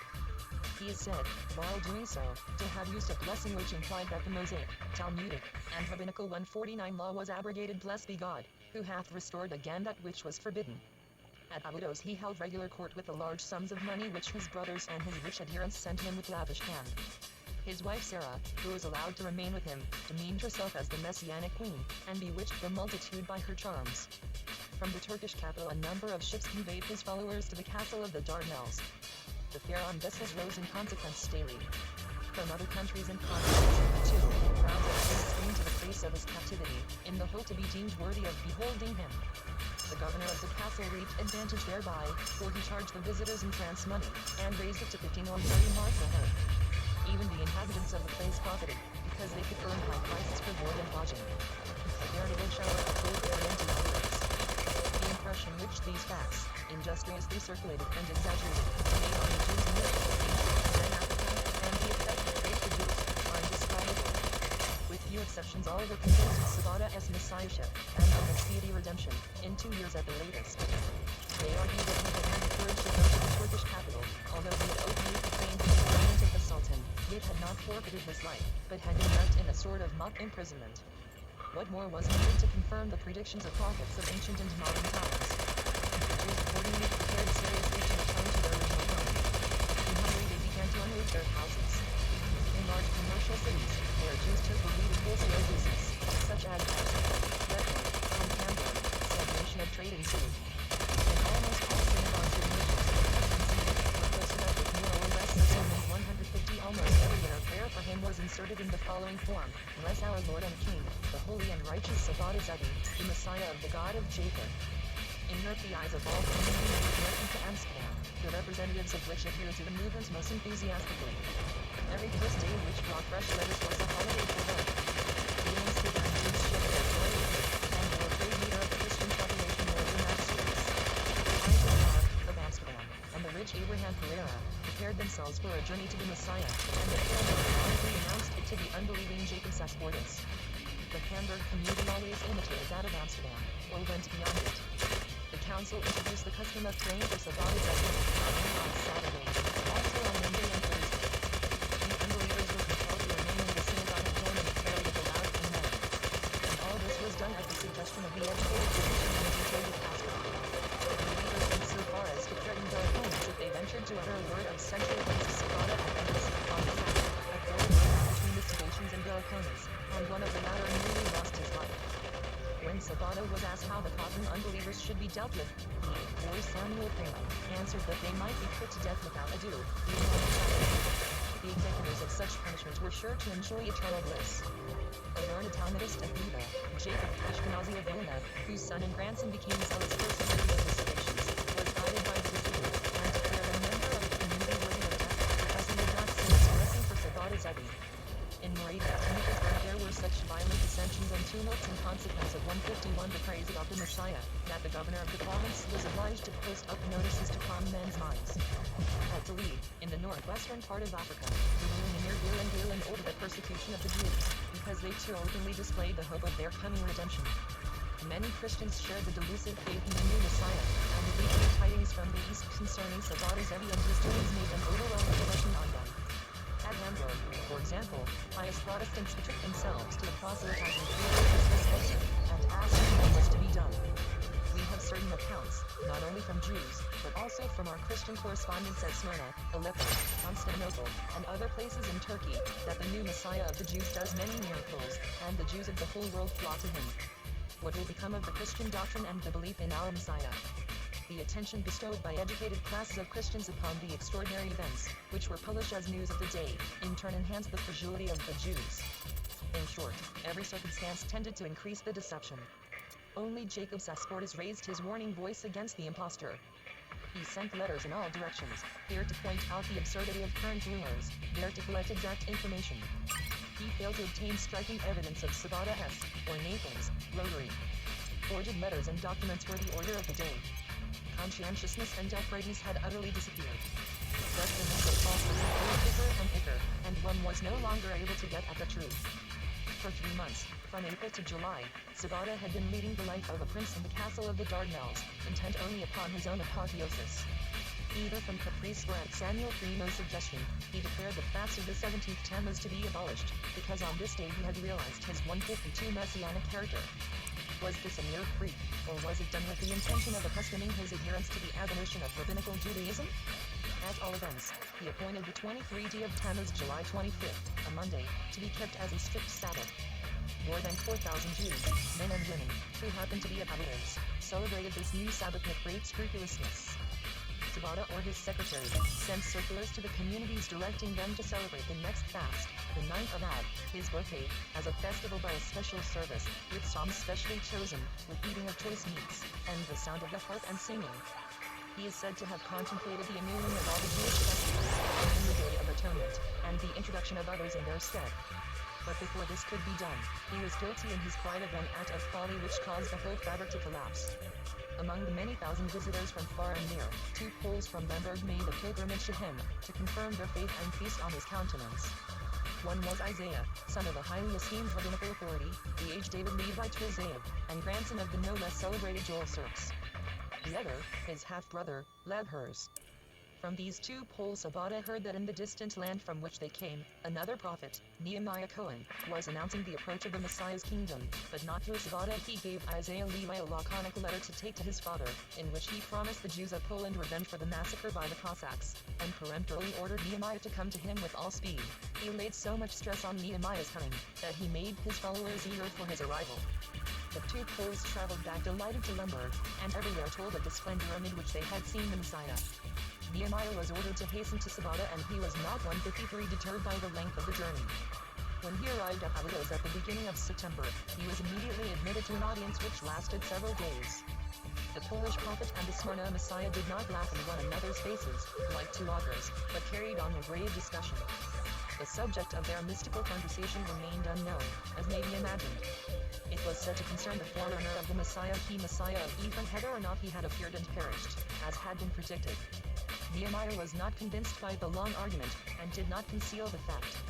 On this account, the fanatical Sabbatians are said to have secretly made signs to one another to do away with this dangerous Pole. He fortunately escaped from the castle, betook himself forthwith to Adrianople, to the Kamakan, became a Mahometan, and betrayed the fantastic and treasonable designs which Sabata Zevi cherished, and which, he said, had remained unknown to the government, only because the overseer of the castle of Dardanelles had an interest in the concourse of Jews. The Kamakan conveyed the intelligence to the Sultan, Muhammad IV, and the course to be pursued with regard to Sabata was maturely considered, the Mufti Bani being also admitted to aid the deliberations. To make short work with the rebellious schemer appeared impracticable to the council, particularly as Mohammedans also followed him. If he should fall as a martyr, a new sect might arise, which would kindle fresh disturbances. Bani, a proselytizing priest, proposed that an attempt be made to bring Sabata over to Islam. This advice was followed, and the Sultan's physician Hakim Bashi, a Jewish renegade, by name Gargan, was employed as the medium. A messenger suddenly appeared at Abydos, drove away the Jews, who were besieging the Messiah with homage, conveyed him to 154 Adrianople, and brought him first to the Hakim Bashi, who, as a former co-religionist, would be able to convert him the more easily. The physician represented to him the dreadful punishment that would inevitably befall him. He would be bound, and scourged through the streets with burning torches, if he did not appease the wrath of the Sultan by adopting Islam. It is not known whether this call to apostatize from Judaism caused the conceited Messiah great mental conflict. He had not much manly courage, and Judaism, in its existing form, was perhaps dead for him. So he adopted Biden's advice. The following day, Elo 13, September 14, 1666, he was brought before the Sultan. He immediately cast off his Jewish headdress, in sign of contempt. A page offered him a white Turkish turban and a green instead of the black mantle which he wore, and so his conversion to the Mohammedan religion was accomplished. When his dress was changed, it is said that several pounds of biscuit were found in his loose trousers. The Sultan was highly pleased at this termination of the movement, gave him the name of Mehmed Effendi, and appointed him his doorkeeper of PG Bashi Odorov with a considerable monthly salary. He was to remain near the Sultan. The Messiah's wife, Sarah, the Polish rabbi's daughter of Yusuf, likewise became a Mohammedan, under the name of Balna Kadim, and received rich presents from the Sultana. Some of Sabata's followers also went over to Islam. The Mufti Bani instructed them in the Mohammedan religion. Sabata is said to have married the Mohammedan slave, in addition to his wife Sarah, at the command of the Mufti. Nehemiah Cohen, who had brought about this sudden change, did not remain in Turkey, but returned to Poland, without return, and lived quietly without anyone aware of what had happened. He disappeared while studying Chelsea. The ex-Messiah 155 impudently wrote, some days after his conversion, to his brothers at Smyrna, God has sent me an Ishmaelite. He commanded, and it was done. The 9th day of my regeneration. Nearly at the same time the rabbis and presidents of schools at Amsterdam assembled, and sent a letter of homage to Sabata Zevi, to testify their belief in and submission to him. The semi-Spinozist Dionysius Benjamin Musafia, vexed at not being invited, wrote a separate letter to Sabata Zevi, signed by himself and 2 members of the school LO24. A week later, 24 distinguished men of Amsterdam sent another letter of homage to the apostate Messiah. At their head was Abraham Gideon Abidiant. Did these letters reach the Mohammedan Mehmed Effendi? At Hamburg, where likewise his conversion was not suspected, the blessing was 5 times pronounced over the renegade Sabata on the Day of Atonement October 9, 1666. But when the rumor of his apostasy went the rounds of the communities, and could no longer be denied, confidence was succeeded by a bewildering sense of disenchantment and shame. The highest representative of Judaism had abandoned and betrayed it. James Endemism, the rabbi at Smyrna, who had invested the false Messiah with authority from those far from honorable, almost died of shame. Mohammedan and Christians quoted with scorn at the blind, credulous Jews. The street boys in Turkey openly jeered at Jewish passers-by. But this ridicule was not all. So widespread the commotion could not die out and leave no trace. The Sultan thought of destroying all the Jews in his empire, because they had formed rebellious plans, and of ordering all children under 17 brought up in Islamism. The newly converted Mohammedan, during the country, in order to avenge himself, is said to have carried his own plans, and 156 the consent of the Jews thereto. 2 counselors and the Sultana mother are reported to have dissuaded the Sultan from his design by the observation that the Jews ought to be regarded as having been misled. 50 chief rabbis, however, because they had neglected their duty in teaching the people, were to be executed 12 from Constantinople, 12 from Smyrna, and the remaining 26 from the other communities in Turkey. It was regarded as a special miracle that this resolution remained a dead letter, and that the Jews did not even have to pay a fine. The division in the communities might have had even worse consequences, if the unbelievers had heaped scorn and mockery upon the late devotees. But the colleges of rabbis and priests interfered, and sought to peace and reconcile, and threatened to excommunicate anyone who, by word or deed, offended a former Sabbatian. Although men's minds were calmed for the moment, law and full peace was restored. After the first surprise at Sabata's conversion was over, his zealous followers, especially at Smyrna, began to recover. They could not persuade themselves that they had really been running after a shadow. There must be, or have been, some truth in Sabata's messianic claims, since all sides so entirely agreed. The Kabbalists easily got over objections. Sabata had not turned Mohammedan. A phantom had played that part, while he himself had retired to heaven or to the 10 tribes, and would soon appear again to accomplish the work of redemption. As at the time of the origin of Christianity mystical believers Doset interpreted the crucifixion of Jesus as a phantasm, so now thoroughgoing mystics explained Sabata's apostasy from Judaism. Others, such as Samuel Plano, Jacob Pagliacci, Jacob Israel Dutchin, who had designed, through him, to bring about the fall of rabbinical Judaism, and would not abandon their plan lightly, still 157 clung to him.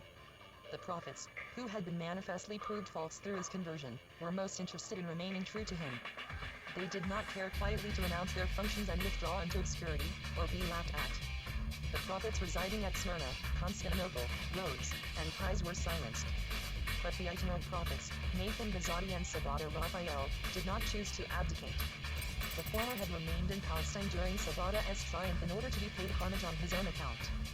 After the deception what unmasked he regarded himself as no longer safe. He made preparations to go to Smyrna, and continued to send out his mystical, bombastical letters. From Damascus he warned the Jews and the rebels in order not to allow themselves to be discouraged by strange circumstances in their belief in the Messiah. There was a deep mystery shortly to be revealed, but wherein the mystery consisted could not yet be disclosed. By these circulars the credulous were confirmed afresh in their delusion. In Smyrna many synagogues continued to accept the blessings of the God in their prayers. Hence the rabbis were obliged to interfere vigorously, especially the rabbinate of the Turkish capital.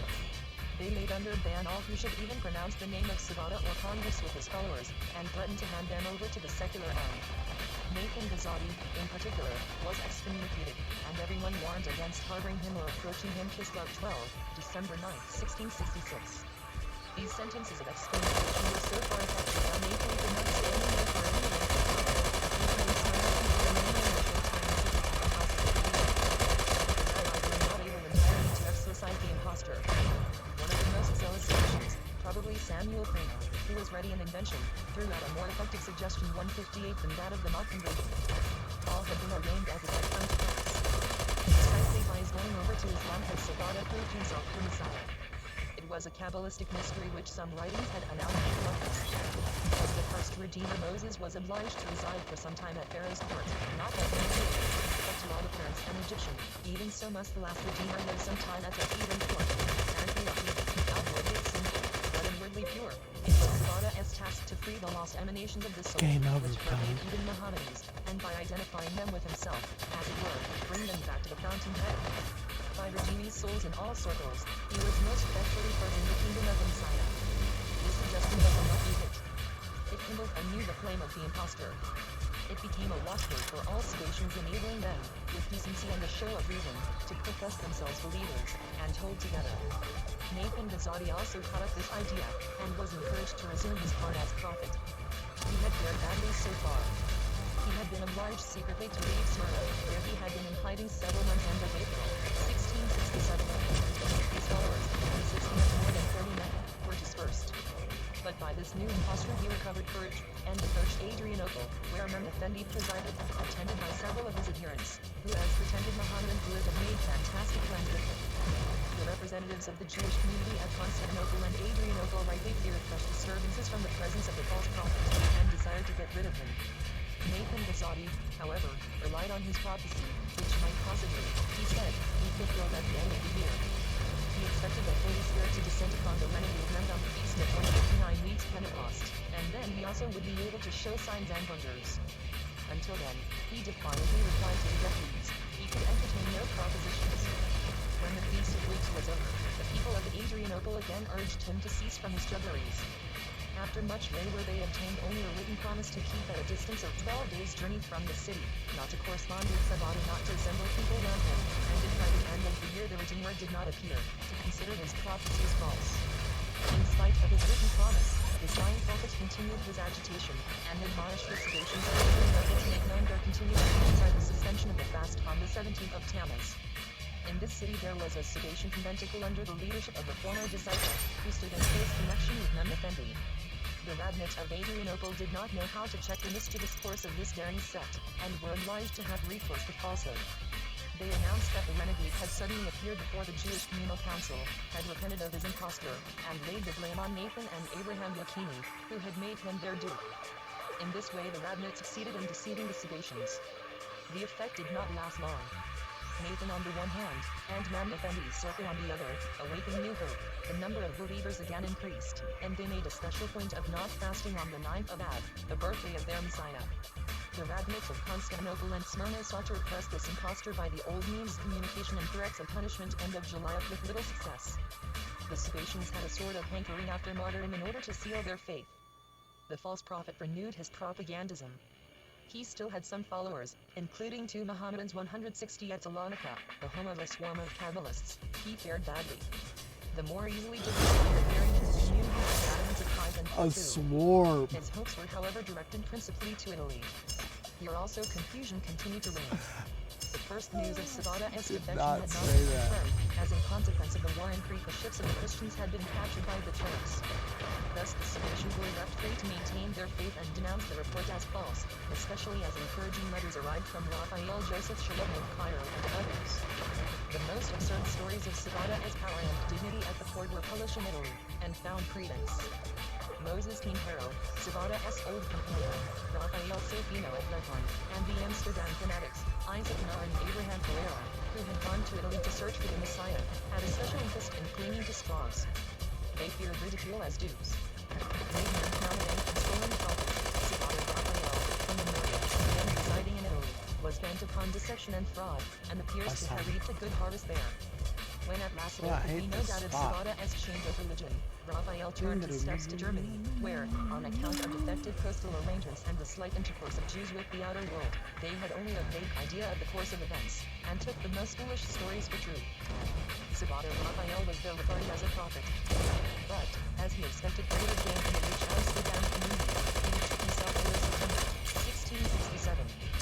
Here also the impostor continued. Ashamed that they, the shrewd and educated Portuguese, should have been so severely deceived, they at first placed no fear in the name of Sabata as a treasure.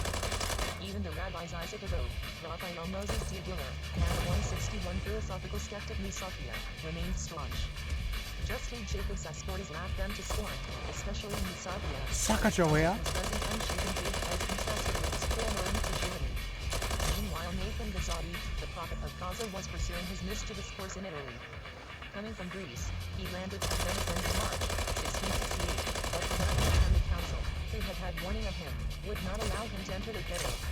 A sedation interceded for him with some Christians of him, and under such protection he could not be expelled. For those who had shared in the illusion, the rabbin wrung from him a written confession that his prophecies of Sabata Zeti's messiahship rested on the freak of his imagination, that he recognized them as such, and held them to be idle. This confession was printed with an introduction by the rabbinate of Venice, in order at last to open the eyes of the Sabbatians in Italy. But it was not of much avail. The delusion, resting as it did on the camera, was too deeply rooted. From Venice Gazzotti was sent to Leghorn, with the suggestion to render him an audience there, where Jews enjoyed more freedom. But Nathan Gazzotti predicting his escape to Rome, cut off his beard, disguised himself, and is said to have thrown notes written in Chaldean into the Tiber, to bring about the destruction of Rome. The Jews recognized him, and, since they feared danger for themselves on papal soil from his fraudulent absurdities, they procured his banishment. Then he went to Leghorn, and found followers there also. Promising himself more honor and profit in Turkey, or more opportunity to satisfy his restless mind, Nathan returned to Adrianople. He did not pay great regard to word and oath. Nathan Gazzotti compiled much Kabbalistic nonsense, but acquired no fame. He is said to have died of Sophia, and 162 had been laid in a vault by Absurd himself 16. nonsense. Other men appeared at the head of the Sabbatians who far surpassed him, and pursued a ultimate end. Sabata or Mem Effendi, at this time began his revolutionary chimeras afresh. Immediately after his apostasy he was obliged, under the direction of the Mufti Bani, to acquire Mohammedan ways, and guard carefully against any appearance of inclination to Judaism and the Jews. He therefore figured as a pious Mohammedan. Gradually he was permitted greater freedom, and to give utterance to his Kabbalistic views about God and the universe. Bani, to whom much was new, heard his expositions with curiosity, and the Sultan also is said to have listened to his words attentively. Probably Sabata won over some Mohammedans to his Kabbalistic dreams. And anxious to play an active part again, he once more entered into close relations with Jews, and gave out that he had been filled anew with the Holy Spirit at Passover in March 1668, and had All received these revelation. crazy people are. Sabata, or one of his aiders and abettors, published a mystical work by evidence of the faith, Sampaduta di Mugina, addressed to the Jews. I tell you, it's putting me on my toes a little bit. In which the following acknowledge fantastic views were that. set forth. Sabata had been and remained the true Redeemer. It would be easy to prove himself such, if he had not compassion on Israel, who would have to experience the same Leave me alone. And he only persisted in Mohammedanism in order to bring thousands and tens of thousands of non-Jews over to Israel. Clown. To the Sultan and the Mufti, on the other hand, he said that his approximation to the Jews was intended to bring them over to Islam. He received permission to associate with Jews, and to preach before them at Adrianople, even in synagogues. Mufti prayed before a Jew at one time, a Muslim at another. If Turkish spies 163 were present, his Jewish hearers knew how to deceive them. They threw away their Jewish headdress, and put on the turban. It is probable that many Jews were seriously converted to Islam. The Jewish Turkish service began to form round Sabata Zeti. All I had to do was look at She me. felt I such horror and exploded. advertising that only the outcasts amongst them went over This to one thing. Christianity or Islam, became less bitter. They said without indignation that Do I like so this had spot? adopted the No. turban. Through Yeah. such jugglery exhibitions at Adrianople, Smyrna, Salonika, and other cities, even in Palestine, allowed themselves to be confirmed in their ultimate faith in the Messiah. Even pious men, learned in the Talmud, continued to adhere to him. As though this complication were to become more involved, and the Kabbalistic Messianic disorder come on, was yeah. of most limits, the Salvation champion unexpectedly appeared in a man of European culture, not wanting in him. Oh, you're mad. Abraham Michael Cardoso. He was an original character. I'll bust your a living robot. I'm personification sorry. of the religion of the Portuguese Jews after their That was cool. expulsion. Born of Marrano parents in a small town of Portugal, Chilarico, in the province of Via, Miguel Cardoso, like his elder brother Fernando, studied medicine. While the latter devoted himself earnestly to science, Miguel dawdled away his days amidst the luxury of Madrid, singing love songs for ladies, Calling attention to myself. fair Oops. ladies, and paid very little heed to Kabbalah or Judaism. What influenced him to leave Spain is not known. She likes Perhaps me. his more serious and thoughtful brother, who, after She making a name likes in me. Spain as a medical and scientific author, out of love for Judaism migrated to Venice, where he plunged deeply into Jewish literature, infected him with enthusiasm. Both brothers assumed Jewish names after their return to the religion of their forefathers. The elder, Isaac Cardoso, gave up his name Fernando. 164 the younger took the name of Abraham in addition to that of Miguel Michael. Both composed verses in Spanish. While the elder brother led a regular life, guided by moral principles and a rational faith, the younger fell under the sway of extravagant fancy and an eccentric manner of living. Isaac Cardoso, born 1616, died after 1680, conferred renown on Judaism, while Abraham Michael Cardoso, born about 1630, died 1706, was a disgraced hit. The latter lived as a physician at Leghorn, but not flourishing, he accepted the position of physician in ordinary to the Bey of Tripoli. His warm-blooded, dissolute nature was a hindrance to his advances. Contrary to the custom of ancient Jews, he married 2 wives, and instead of employing himself with his difficult science, he revolved fantastical schemes. Cardoso appears to have been initiated into the Kabbalah and the Salvation delusion by Moses Quintero, who was living at Leghorn. He continually had dreams and visions, which increased in frequency after the public appearance of Sabata at Smyrna and Constantinople. He communicated his delusion to his wives and domestics, who likewise pretended to have seen all sorts of apparitions. The apostasy of the false Messiah from Judaism did not cure Cardoso of his delusion. He remained a zealous partisan, and even justified the treachery of the Messiah by saying that it was necessary for him to be counted among sinners, in order that he might atone for Israel's sin of idolatry, and blot it out. He sent circulars in all directions, in order to support the messianic claim of Sabata as a prophet. In vain his more sober brother, Isaac Cardoso, warned and ridiculed him, asking him ironically whether he had received the gift of prophecy from his former gallantries and from playing the guitar for the fair maidens of Madrid. Abraham Cardoso's frivolity was in no way 165 lessened. He even assumed a didactic tone towards his brave elder brother, who despised the Kabbalah as he did alchemy and astrology, and sent him numberless proofs, from the Zohar and other Kabbalistic writings, that Sabata was the true Messiah, and that he must necessarily be estranged from Judaism. By zeal he gained many adherents for the Salvation delusion in Africa. But he also made enemies, and incurred dangers. He continued to prophesy the speedy commencement of the Messiah's reign, although often proved false by reality. He put off the event from year to year, performed Kabbalistic tricks, set up a new god for Israel, and at last declared himself the Messiah of the house of Ephraim, until he was rigorously prosecuted by an opponent of these vagaries. Cardoso was driven back from his uncomfortable position, forced to lead an adventurous life, and when bred for himself and his family, so to speak, on his delusions, going through all sorts of jugglery, at Smyrna, at Constantinople, in the Greek islands, and at Cairo, and promoting the Salvation delusions with his abundant knowledge, eloquent tongue, and ready pen. Thanks to his education in Christian schools, he was far superior to other Salvation apostles, and knew how to give an air of rationality and wisdom to nonsense, thus completely blinding the blind, and solidifying even those of the Salvation movement. Encouraged by the support of the Jews, continued in spite of his change of religion, Sabata persisted in keeping up his character as Messiah, and associated more and more with the Jews. His weak brain had been turned by the overwhelming rush of events, and he completely lost balance. At one time he reviled Judaism and the God of Israel with foul words of abuse, and is said even to have informed against Jews as blasphemers of Islam before Turkish magistrates. At other times he held divine service according to the Jewish ritual with his Jewish followers, 166 sung songs, expounded his word and ordered selections from the Torah to be read on the Sabbath, and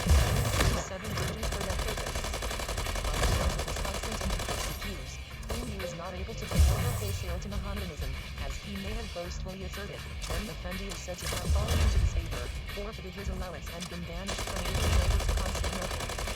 He finally married another wife, the daughter of a man learned in the Talmud, Joseph Philosoph of Salonika. The Turkish patrol having surprised him in a village Kyrgyzstan near Constantinople, while singing songs of intent with some Jews, and the Bostanji Bashi officer having reported it, the Grand Vizier commanded the Kaymakam to banish him to Belsigno, a small town in Albania, where no Jews dwelt.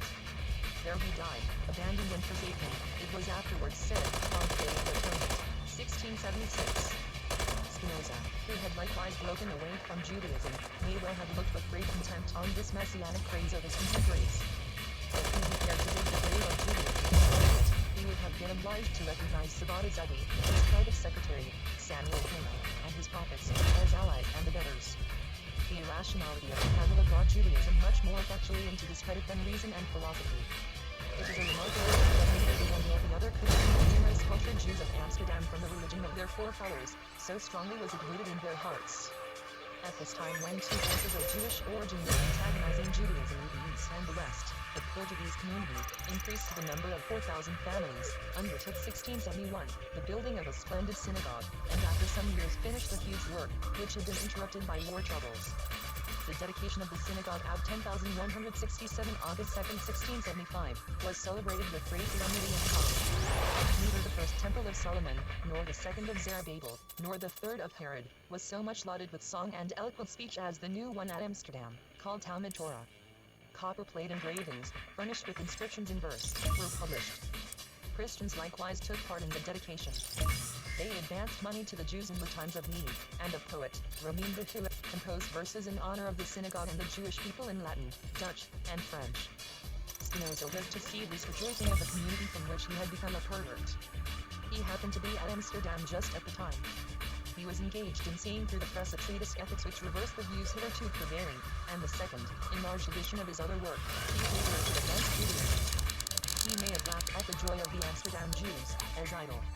But the building of the synagogue in a city which 100 years before had tolerated no Jews and had supported a Spanish Inquisition, was loud testimony of the times, and contradicted many of his assertions.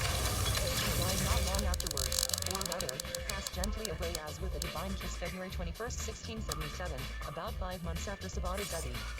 Against his will he has contributed to the glory of the race which he so unjustly reviled. His powerful intellect, logical acumen, and strength of character are more and more recognized as properties which he owed to the race from which he was descended. Among educated Jews, Isaac Orobio de Castro alone attempted a serious refutation of Spinoza's philosophical views. Though his intention was good, he was too weak to break through the close meshes of Spinoza's system. It was left to history to refute it with facts. 168. Chapter 5 Light and Shade.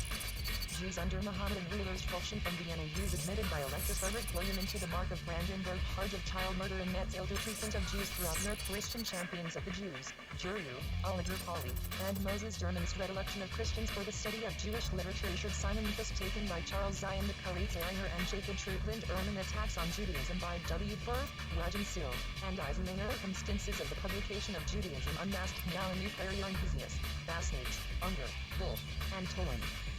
1669 to 1700 CE. The princes and nations of Europe and Asia showed great consideration in not disturbing the messianic farce of the Jews, who were quietly allowed to make themselves ridiculous. A cause had come in the constantly recurring persecution of the Jews, which did not, however, last very long. The regular succession of accusations, vexations, and banishments soon recommenced. The contrast between the followers of Muhammad and those of Jesus is very striking. In Turkey the Jews were free from persecution, in spite of their great excitement, and absurd dreams of a national Messiah. In Africa, the Bulgarians invaded New Russia, Sultan of Takanit, Fez, and Morocco, opposed the Jews, partly on account of their activity, partly from rapacity. But this ceased with the next sovereign, Veli Ismail. He was a patron of the Jews, and entrusted several with important posts. He had 2 Jewish advisors, Daniel Toledano of Mykonos, a friend of Jacob Sasportas, a Talmudist and experienced in state affairs, and Joseph Maimon, likewise from Mykonos. 169 Within Christendom, on the contrary, Jews were esteemed and treated as men only in Holland. In other states they were regarded as outcasts, who had no rights, and no claim to compassion. Spain again led the way in decreeing banishments. That unfortunate country, becoming more and more depopulated through despotism, superstition, and the Inquisition, was then ruled by a foolish, fanatical woman, the Dowager Regent Maria Anna of Austria, who had made her father confessor, the German Jesuit knighthood, inquisitor general and minister with unlimited powers. Naturally, no toleration of other religions could be suffered at this bigoted court. There were still Jews in some parts of the monarchy, in the northwestern corner of Africa, in Oran, Maig-Salkabar, and other cities. Many had rendered considerable services to the Spanish crown, in times of peace and war, against the native Arabs, or Moors, who endured with inward rage the dominion of the cross. The families of Cansino and Sasportes, the former royal interpreters, or dragomans, for the province of Oran, had distinguished themselves especially by their fidelity and devotion to Spain. Their conduct had been recognized by Philip IV, the husband of Maria Anna, in a special letter. Nevertheless, the Queen Dowager suddenly ordered the banishment of the Jews from the district, because she could no longer tolerate people of this race in her realm. At the urgent request of Jewish families, the governor allowed the Jews race join the capital, and admitted that they were banished, not because of misconduct or treason, but simply on account of the region's intolerance. End of April, 1669. They were obliged to sell their possessions in haste at ridiculous prices. The exiles settled in the district of Savoy, while Philip went to Nice. Like mother, like daughter. At about this time, the banishment of Jews from Vienna and the Deutschlands and the Duchy of Austria was decreed at the instigation of the daughter of the Spanish regent, the Empress Margaret, an ally of the Jesuits. The Emperor deliberately allowed himself to be prejudiced against Jews, from whom he derived a certain right. In Vienna alone, around nearly 2,000 souls paid a yearly tax of 10,000, and a country community of 4,000. Including the income from Jews in other places, the emperor received from them 50,000 florins annually. But an empress needs not trouble herself about finance. She can follow the inclinations of her heart, and Margaret's heart, filled with Jesuitism, hated Jews profoundly, and could probably strengthen the feeling. Having met with an accident at a ball, she wished to testify her gratitude to heaven which had wonderfully preserved her, and could find no means more acceptable to God than the misery of Jews. More urgently than before, she entreated an imperial consul to banish from the capital and the country the Jews, described by her father confessor as and she received his from the sounded his name read in Vienna, February 14, 1650, that by the emperor's command the Jews were to quit the city within a few months on pain of death. They left no measure and tried to run the story. Often before had similar resolutions been recalled by Austrian emperors. The Jews cited the privileges accorded them in writing, and the services which they had rendered the imperial house. They offered large sums of money. There were very rich court Jews at Vienna, used the influence of persons connected with the court, and, after a solemn service in honor of the recovery of the emperor from sickness, presented him to the church with a large gold cup, and the emperor, handsome silver basin and jug. The presents were accepted, but the command was not recalled. At Vienna and at the court there was no cross that runs anyone that choose their purpose. The Jesuits had the upper hand through the empress and her confessor. The community of Vienna in despair sought to avert the evil by an course. The Jews of Germany had felt sincere sympathy for their brethren, and had implored heaven by prayer and fasting to save them. The Jews of Vienna could count confidently upon this. Therefore, in a pitiful letter to the most influential and perhaps the richest Jew of that time, Isaac Manuel Teixeira, the esteemed agent of Queen Christina, they begged him to exert his influence with temple and church princes, through them to make the not change their mind. Teixeira had previously taken active steps in that direction, and he promised to continue them. He had written to some Spanish grandees with whom he stood in close connection to use their influence with the empress's confessor. The Queen of Sweden, who, after her romantic conversion to Catholicism, enjoyed great esteem in the Catholic world, led Teixeira to hope that, by letters addressed to the Papal Emperor and to the Empress, her mother, the Spanish regent, she might prevent the banishment of the Austrian Jews. The Jews of Rome also did their part to save their frightened brethren. But all these efforts led to nothing. Unhappily, there had just been a papal election at Rome after the death of Clement IX, so that the head of the church, though Jews were tolerated in his states, could not be prevailed upon to assume a decided attitude. Emperor Leopold remained firm, and disposed of the houses of the Jews before they had left them. He was only humane enough to order, under pain of severe punishment, that no harm be done to the departing Jews. So the Jews had to submit to the iron will of necessity, and grasp their pilgrims' staffs. When 1,400 souls had fallen into distress, or at least into an anxious plight, and many had succumbed, the remainder, 172 more than 300, again petitioned the emperor, recounting the services of Jews to the imperial house, and showing all the accusations to be groundless, evidence not proven. They did not shrink from declaring that to be a Jew could not be called a crime, and protested that they ought to be treated as Roman citizens, who ought not to be summarily expelled.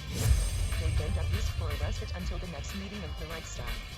Even this petition, in which they referred to the difficulty of finding a refuge, with the emperor, the ruler of half of Europe, rejected them, remained without effect. All had to be only one family, that of the court factor, Marcus Schlesinger Jacques, was allowed to remain in Vienna, on the front of service defense.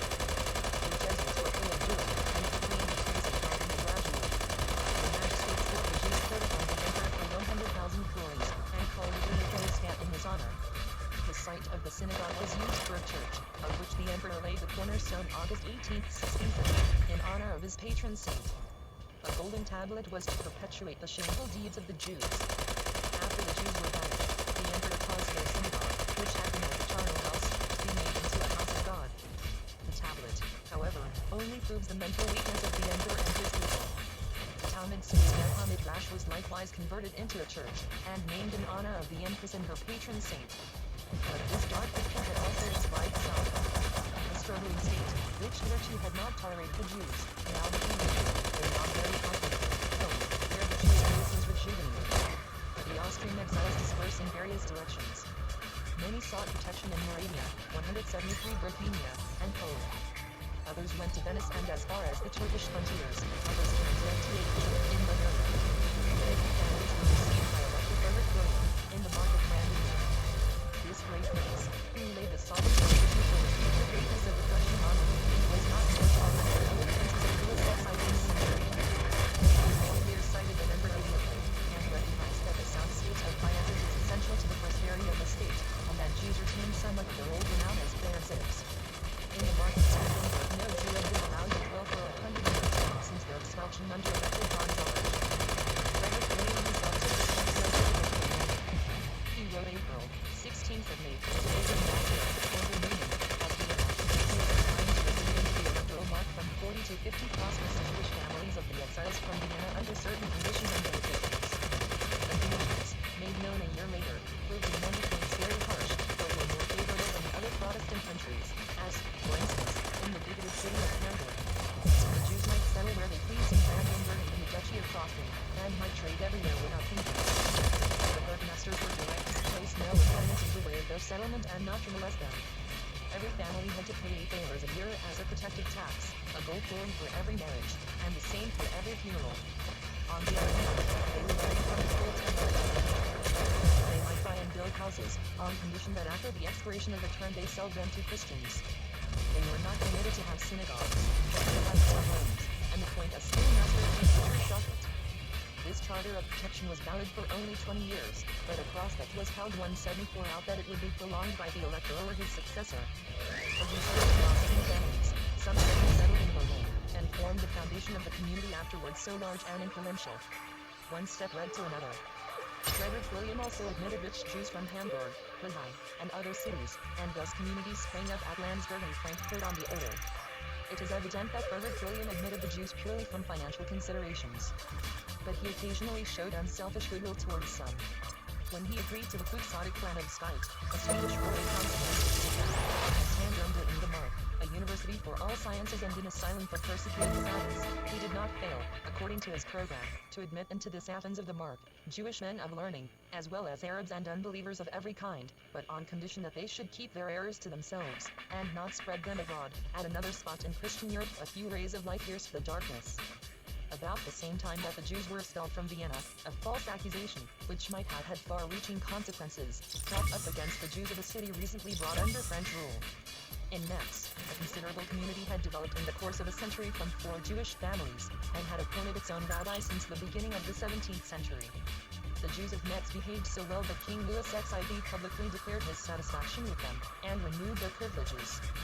But as Metz at that time still had a German population, narrow guilds continued to exist, and these insisted upon limiting the Jews in their occupations. Thwarted by the magistrates, some of them roused in the popular rebellion against the Jews.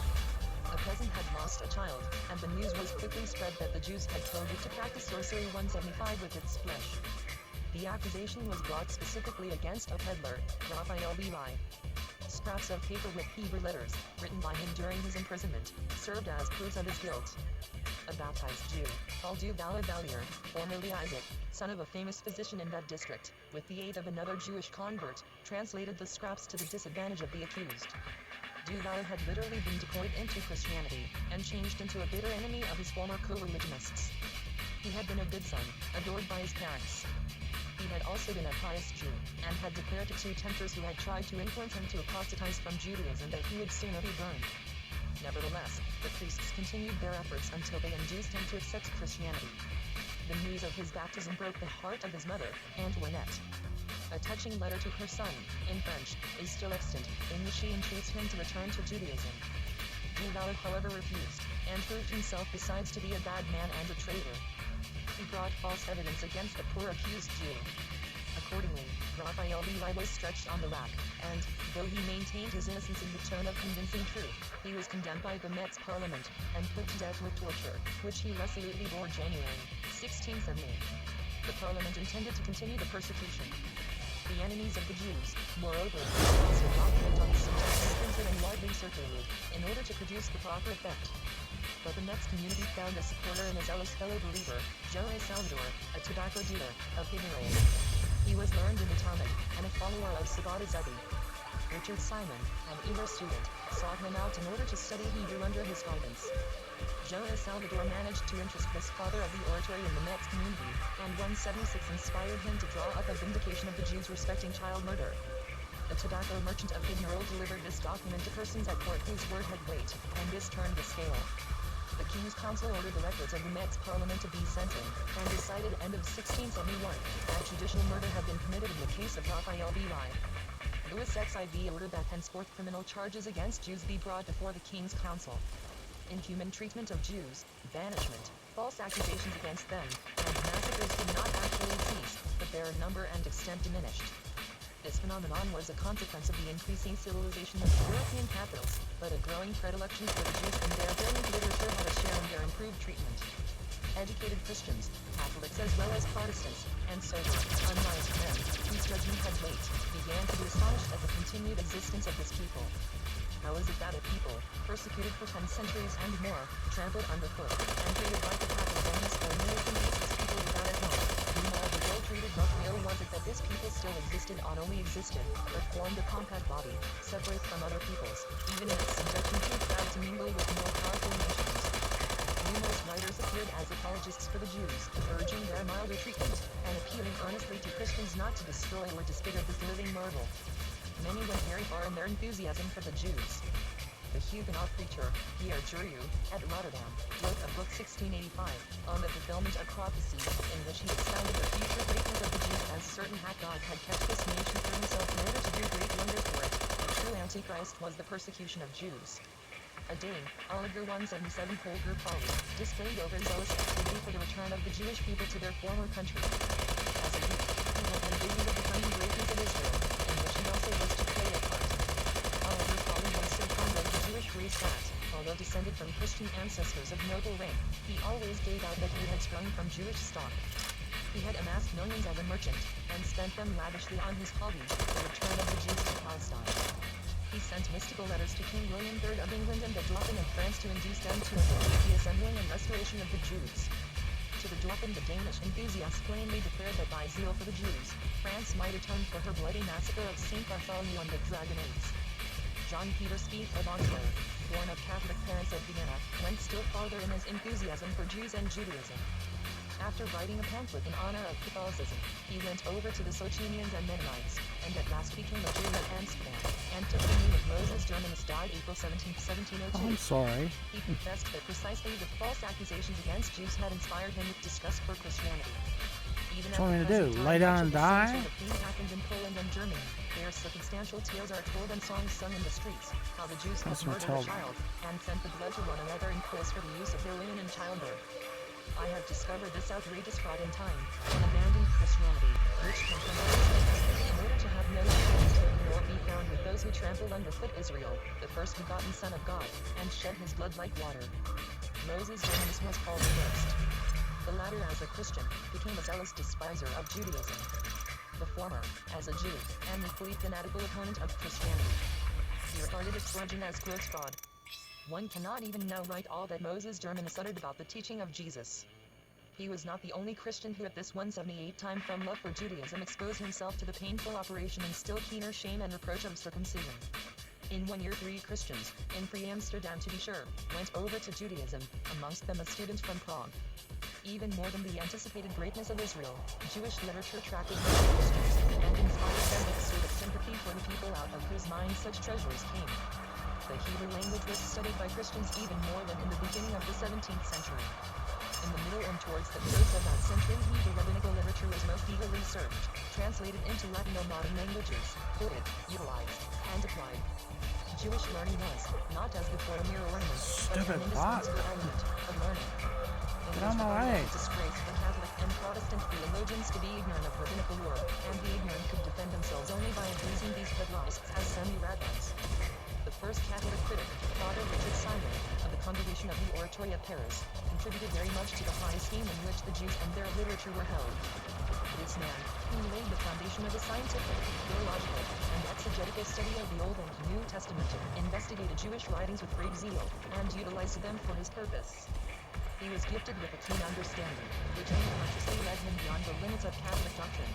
Spinoza's criticism of the Bible induced him to make original inquiries, and since, as a genuine Frenchman, he was endowed with sound sense rather than metaphysical imagination, he was more successful, and his method is thoroughly scientific. Richard Simon was disgusted with the biblical exegesis of the Protestants, who were wont to support their wisdom and boast securely with verses of Holy Scripture. He 179 undertook, therefore, to prove that the biblical monotheistic exegesis of the Protestant Church, on which it prided itself before Catholics and Jews, was mere miserror, because it mistook the sense of the original text, and had no conception of the historical background, only attacked and place, the parts of the Bible, and in this ignorance multiplied some dogmas. We Protestants appeal to the pure word of God to do battle against the Catholic tradition. I intend to withdraw the ground from under you, and to leave you, so to speak, with your legs dangling in the air. Richard Simon was the predecessor of Reimers and David Strauss. The Catholics applauded him then the mild Bishop Auschwitz, who at first had opposed him from conceit of meaning that they were nourishing the serpent and blood wisdom. In his masterpiece, The Critical History of the Old Testament, he set himself to prove that the written word in no way suffices for faith. Richard Simon appreciated with a master's eye, as no one before him, the wide extent of a new scientific criticism. Although he criticized freely, he proceeded apologetically, vindicating the sacred character of the Bible, and repelled Spinoza's attacks upon its trustworthiness. Richard Simon's writings, which were composed not in Latin, but in the vernacular, were marked by a certain elegance of style, and attracted well-deserved attention. They form an agreeable contrast to the chaos of oppressive learning of the time, and have an insinuative air about them. Hence they were eagerly read by the educated classes, even by women. Simon accorded much space to Jewish literature, and subjoined a list of Jewish writers. By this means rabbinical literature became known to the educated more than through the efforts of Luther, Scaliger, two Buxtons, and Omar men of Holland who wrote in Latin. To gain a comprehensive knowledge of this literature, 100 year Richard Simon was obliged, like Ruthven before him, to seek intercourse with the Jews. In particular, he associates with Jonas Salvador, the Italian Salvation. By this means he lost the horrible prejudice against Jews, which still existed in France mid-contemporary. He was drawn to Jews in another direction. Laying stress on Catholic tradition as opposed to the literal belief of the Protestants, he felt in some degree related to the Talmudists and Rabbinists. They also applied their tradition against the literal belief of the prelates. Richard Simon, therefore, exalted rabbinical Judaism in the introduction and supplements which he added to his translation of Leo Modena's writings. Familiar with the whole of Jewish literature as few of his time or of a later period, Richard Simon refrained from making the boastful assertion, grounded upon ignorance, that Christianity is something peculiar, fundamentally different to Judaism and far more exalted. He recognized, and had the courage to declare, the truth that Christianity in its substance and form was molded after the pattern of Judaism, and would have to become like it again. Since the Christian religion has its origin in Judaism, I doubt not that the perusal of its little book of rites will contribute to the understanding of the New Testament, on account of its similarity to, and close connection with the Old. They who composed it were Jews, and it can be explained only by means of Judaism. Of portion of our ceremonies also are derived from the Jews. The Christian religion has this besides in common with the Jewish, that each is based on Holy Scripture, on the tradition of the fathers, on traditional habits and customs. One cannot sufficiently admire the modesty and devotion of the Jews. As they go to prayer in the morning, the Jews distinguish themselves, not only by prayers, but also by deeds of mercy, and one thinks one sees, in their sympathy for the poor, the image of the love of the first Christians for their brethren. Men obey those times that the Jews have retained to this day, while we Christians have scarcely kept up the remembrance of it. Richard Simon almost deplored that the Jews, formerly so learned in France, who looked upon Paris as their Athens, had been driven out of that 181 country. He defended them against the accusation of their hatred of Christians, and emphasized the fact that they prayed for the welfare of the state and its princes. His predilection for tradition went so far, that he maintained that the College of Cardinals at Rome, the Supreme Court of Christendom, was formed on the pattern of the Synhedrion at Jerusalem, and that the Pope corresponded to the present, Ignatius. Whilst he compared the Catholics to the Rabbites, he called the Protestants Carates, and jestingly wrote to his Protestant friends, "My dear Carates." It has been mentioned that Richard Simon interested himself closely in the Jews of Metz, when they were accused of murdering a Christian child. Whenever opportunities offered, he defended the Jews against false accusations and suspicions. A baptized Jew, Christian Gerson, who had become a Protestant pastor at the beginning of the 17th century, in order to vilify the Talmud, had made extracts in the shape of ridiculous legends, printed and published in many editions.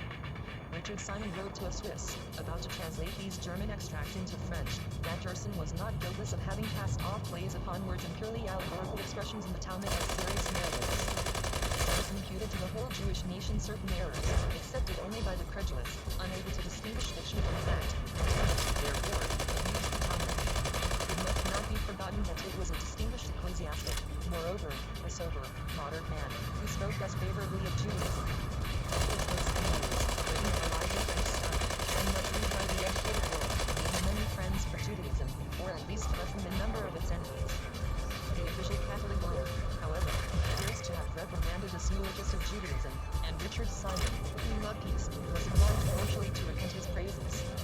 182. I have said too much good of this wretched nation, and through intercourse with some of them I have since learned to know them.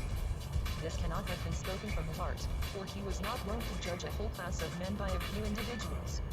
The attention paid to Jews and their literature by Christian scholars and princes here and there produced real occurrences. In Sweden, the most vivid Protestant country, no Jew in no time to go around to brag. But the messaging Charles Side led extraordinary interest in the Jews, still more in the Carates, who pretended to follow the simple word of God without recreation of traditions, and were said to bear a great resemblance to the Protestants. Would it not be easy to bring over to Christianity these people who were not entangled in the web of the Talmud? Charles Side accordingly sent a professor of Uppsala, learned in Hebrew literature, who stayed as carrier of Leningrad about 1690, to Poland for the purpose of seeking out the Carates, informing himself of their manner of life and their customs, and especially buying their writings without regard to cost. The following with letters of recommendation to the King of Poland, carrying the wind first to Lithuania, lived like several Polish communities. But the Polish and Lithuanian Carates were even more degraded than their brethren in Constantinople, the Crimea, and Egypt. There were very few among them who knew any details about their origin and the history of their sect. Not one had accurate information. At about this time the Polish king, John Sobieski, had ordered, through a Carate judge, Abraham ben Samuel of Trot, to investigate that the Carates, for some unknown object, scatter from their headquarters of Trot, Lutsk, and Halych, and settle also in other small towns. They obeyed, and dispersed as far as the northern province of Samojisha. These Polish Carates, cut off from their center, isolated, avoiding 183 intercourse with rabbis, and mixing only with the Polish rustic population, became more and more bullish, and sank into profound lethargy. Whether Carrier even partially fulfilled the wish of his king is not known. Probably he altogether failed in his mission. Some years later, 1696 to 1697, two Leonard Swedes, probably also commissioned by Charles Side, traveled in Lithuania to visit Carate communities and buy up their writings. At the same time they invited Carates to visit Sweden, and gain information respecting their doctrines. Zeal for conversion had certainly more on the matter than curiosity about the unknown.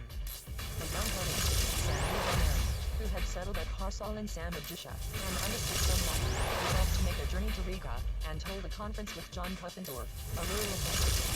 Through want of literary sources and the ignorance of the Karaites concerning the origin and development of their sect, Samuel Ben Aaron could give only a scanty account in a work, the title of which proves that fancifulness had penetrated also to Karaite circles. From another side, the Karaites were the object of eager inquiry. A professor at Leiden, Jacob Trugland, fairly well acquainted with Hebrew literature, who intended to write a book about the old Jewish sects, no longer in existence, had his attention directed to the still existing Karaites. Inspired by the wish to get information concerning the Polish Karaites and obtain possession of their writings, he sent a letter with various questions through well-known mercantile houses to Karaites, to which he solicited an answer. This letter accidentally fell into the hands of the Karaite, Mordecai Ben Nisan, at Luz, a poor official of the community, who did not know enough to give the desired information as to the beginning and cause of the schism between Rabnites and Karaites. He regarded it as a 184 point of honor to avail himself of this opportunity to bring the forgotten Karaites to the remembrance of the educated world through the instrumentality of a Christian writer, and to deal those at their opponents, the Rabnite Jews. He spared no sacrifice to procure a few books by which he might be able to instruct himself and his correspondent Trugland. These materials, however, were not worth much, and Mordecai's dissertation for Trugland proved unsatisfactory, but for want of a better work it had the good fortune to serve running into a century later, the only source for the history of Karaism. Galway gal. When Charles Xii, the hero of the North, conquered Poland in his victorious career, like his father was anxious to have more precise intelligence respecting Karaites, he also made inquiries concerning them. Mordecai Ben Nisan used this occasion to compose a work of Hebrew for Charles Xii, in which he freely indulged his hatred against Rabbinites, and strained every word to make Talmudical literature ridiculous. The zealous attention paid by Christian scholars to Jewish literature could not fail to cause annoyance and inconvenience to Jews. They felt sorely burdened by German Protestant literati, who, acquiring cumbersome learning, strove to rival the Dutch writers and Richard Solomon without possessing their mild and friendly toleration towards Jews, or their authentic style. Almost at the same time, three German headlines, their knowledge of Hebrew literature to bring accusations against the Jews, all three associated much with Jews, learned from them, devoted much study to Jewish literature, mastering it to a certain degree. John W. Burton Nuremberg, who was educated for the church, and had studied with a Jew of Eftimate and afterwards in Italy, thoroughly acquainting himself with biblical and Talmudical literature, sought after 185 Hebrew manuscripts and old Jewish prayer books to found an accusation against the Jews. Christians, instigated by baptized Jews, took offense at a beautiful prayer Alanu, which arose in a time and country in which Christianity was little known. Some Jews were wont to add a sentence to this prayer, for they the heathen pray unto vanity and emptiness. In the word emptiness, enemies of the Jews pretended to see an allusion to Jesus and to find blasphemy against him. The sentence was not printed in the prayer books, but in many copies of books which was left for it. This they could say, or in the presence of the obnoxious word, people enraged Protestants, N.W. Furr, therefore, searched libraries to find authority for it, and when he found the word in manuscripts, he did not fail to publish his discovery. He praised Constable the press because he made his Jews swear an oath never to utter a blasphemous word against Jesus, and threatened to punish them with death in case of transgression. W. Furr, on the other hand, was candid enough to confess that the Jews had been long and cruelly persecuted by Christians, that the accusation against them of using blood was a mischievous invention, and that the testimony of baptized Jews deserved little credence. John Christopher Wagenseer, a lawyer and professor at Altona, was a good-hearted man, and kindly disposed towards the Jews. He had traveled farther than W. Furr, had penetrated through Spain into Africa, and took the greatest pains to hunt up such Jewish writings as attacked Christianity from the ground of early scripture. His discoveries filled his quiver with the fiery darts of Satan. Wagenseer looked up that insipid compilation of the magical miracles of Jesus Pietro, a Jew, who had been persecuted by Christians, tried to revenge himself on the founder of Christianity, and he spent 186 much money in hunting up the declaration of the gospel. Jews possessed copies of it, and the Romans kept them in the lock and key for their own security.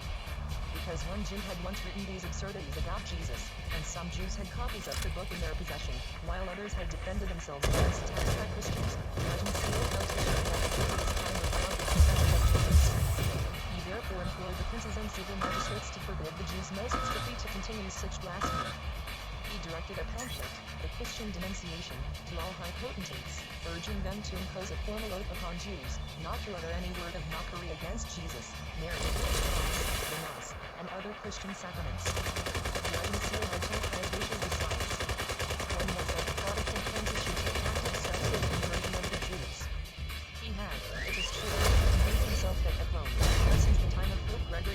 i.e. a Dominican monk was wont on certain Sabbaths to hold forth, in a sleepy manner, before a number of Jews, who either ignored him or mocked at him. But he thought that the Protestant princes, more zealous Christians than the Catholics, ought to devise a better plan. It also grieved this thorough scholar that the colleges of rabbis presumed to criticize writings concerning the Jewish religion, and that they ventured to express their approval or disapproval. This was an infringement of the rights and the dignity of Christians. Withal, Rajan Seal, as has been said, was kindly disposed to the Jews. He remarked with emphasis that he thought it wrong and unworthy to burn Jews, to rob them of all their property, or to drive them with their wives and children out of the country. It was excessively cruel that in Germany and other countries children of Jews should be baptized against the will of their parents, and compelled to accept Christianity. 187 The oppressions and insults to which they were exposed at the hands of the Christian rabble were by no means to be approved. It was not right that they were compelled to say Christ is risen, that they were assailed with blows, dirt and stones thrown at them, and were not allowed to go about in safety. Rajan Seal wrote a pamphlet to expose the horrible falsehood of the charge, that the Jews used the blood of Christians. For the sake of this pamphlet, which spoke so warmly for the Jews, his other absurdities should be pardoned. Rajan Seal expressed his indignation at the horrible lie. It might pass if the matter stopped with idle gossip. But that on account of this execrable falsehood Jews have been tormented, punished, and executed by thousands, should have moved even stones to compassion, and made them fly out. Is it credible that in the face of this judgment, spoken with firm conviction by W. Fur and Rajan Seal, who not only had associated with Jews for years, but were accurately acquainted with Jewish literature, and had penetrated into its innermost recesses as none before them, their contemporaries should seriously revive the horrible falsehood, and justify it with ostentatious learning? A Protestant, John Andrew Eisenmenger, professor of Oriental languages, repeated the accusation, 1,000 times branded as false, and furnished posterity with abundant material for charges against the Jews. Eisenmenger belonged to the class of insects which sucks poison even out of flowers. In confidential converse with Jews, pretending that he desired to be converted to Judaism, and in the profound study of their literature, which he learned from them, he sought only the dark side of both. He compiled a venomous book in 2 volumes, the title of which in itself was an invitation to Christians to massacre the Jews, and was synonymous with the repetition of earlier scenes of horror for the Jews. 188. Judaism Unmasked. Or a thorough and true account of the way in which the stubborn Jews frightfully blasphemed and dishonored the Holy Trinity, reviled the Holy Mother of Christ, mockingly criticized the New Testament, the evangelists, the apostles, and the Christian religion, and despised and cursed to the uttermost extreme the whole of Christianity. Much else besides, either not at all or very little known, and gross errors of the Jewish religion and theology, as well as ridiculous and amusing stories, herein appear. All proved from their own books. Written for the honest information of all Christians. Eisenmenger intended to hurl Rajan Seal's fiery darts of Satan with deadly aim at the Jews. If he had merely quoted detached sentences from the Talmudical and later rabbinical literature and anti-Christian writings, translated them, and drawn conclusions from them hostile to the Jews, he would only have proved his mental weakness. But Eisenmenger represented most horrible falsehoods, as Rajan Seal had called them, as indisputable facts. He adds a whole chapter of proofs showing that it was not lawful for Jews to save a Christian from danger to life, that the rabbinical laws commanded the slaughter of Christians, and that no confidence should be placed in Jewish physicians, nor all licenses to be taken. He repeated all the false stories of murders committed by Jews against Christians, of the poisoning of wells by Jews at the time of the Black Death, of the poisoning of the Elector of Brandenburg, Joachim II, by his Jewish mint master, of Raphael Levi's child murder at Metz, and short, all ever invented by saintly simplicity, priestly fraud, or excited fanaticism, and imputed to Jews. That the martyrdom of little Simon of Trent was a fabrication had been clearly proved by the Judge and Senate of Venice on authentic documents. Not only the Jewish writers Isaac Beda and Isaac Barbosa, but also Christians like W. Fur and Rajan Seal, recognized these documents as genuine, and represented the charge against the Jews of Trent as a crime and injustice. Eisenmenger was not influenced by that, declared the documents to be forged, 189, and maintained the Bucharest with fiery zeal and energy. One would be justified in describing his proceedings against Jews for their real acts. Although barely one would know, he was otherwise unfortunate. He was going to be blind by sovereign name and assigned to the love of the Jews. But for the honor of humanity one would rather impute his course to blindness.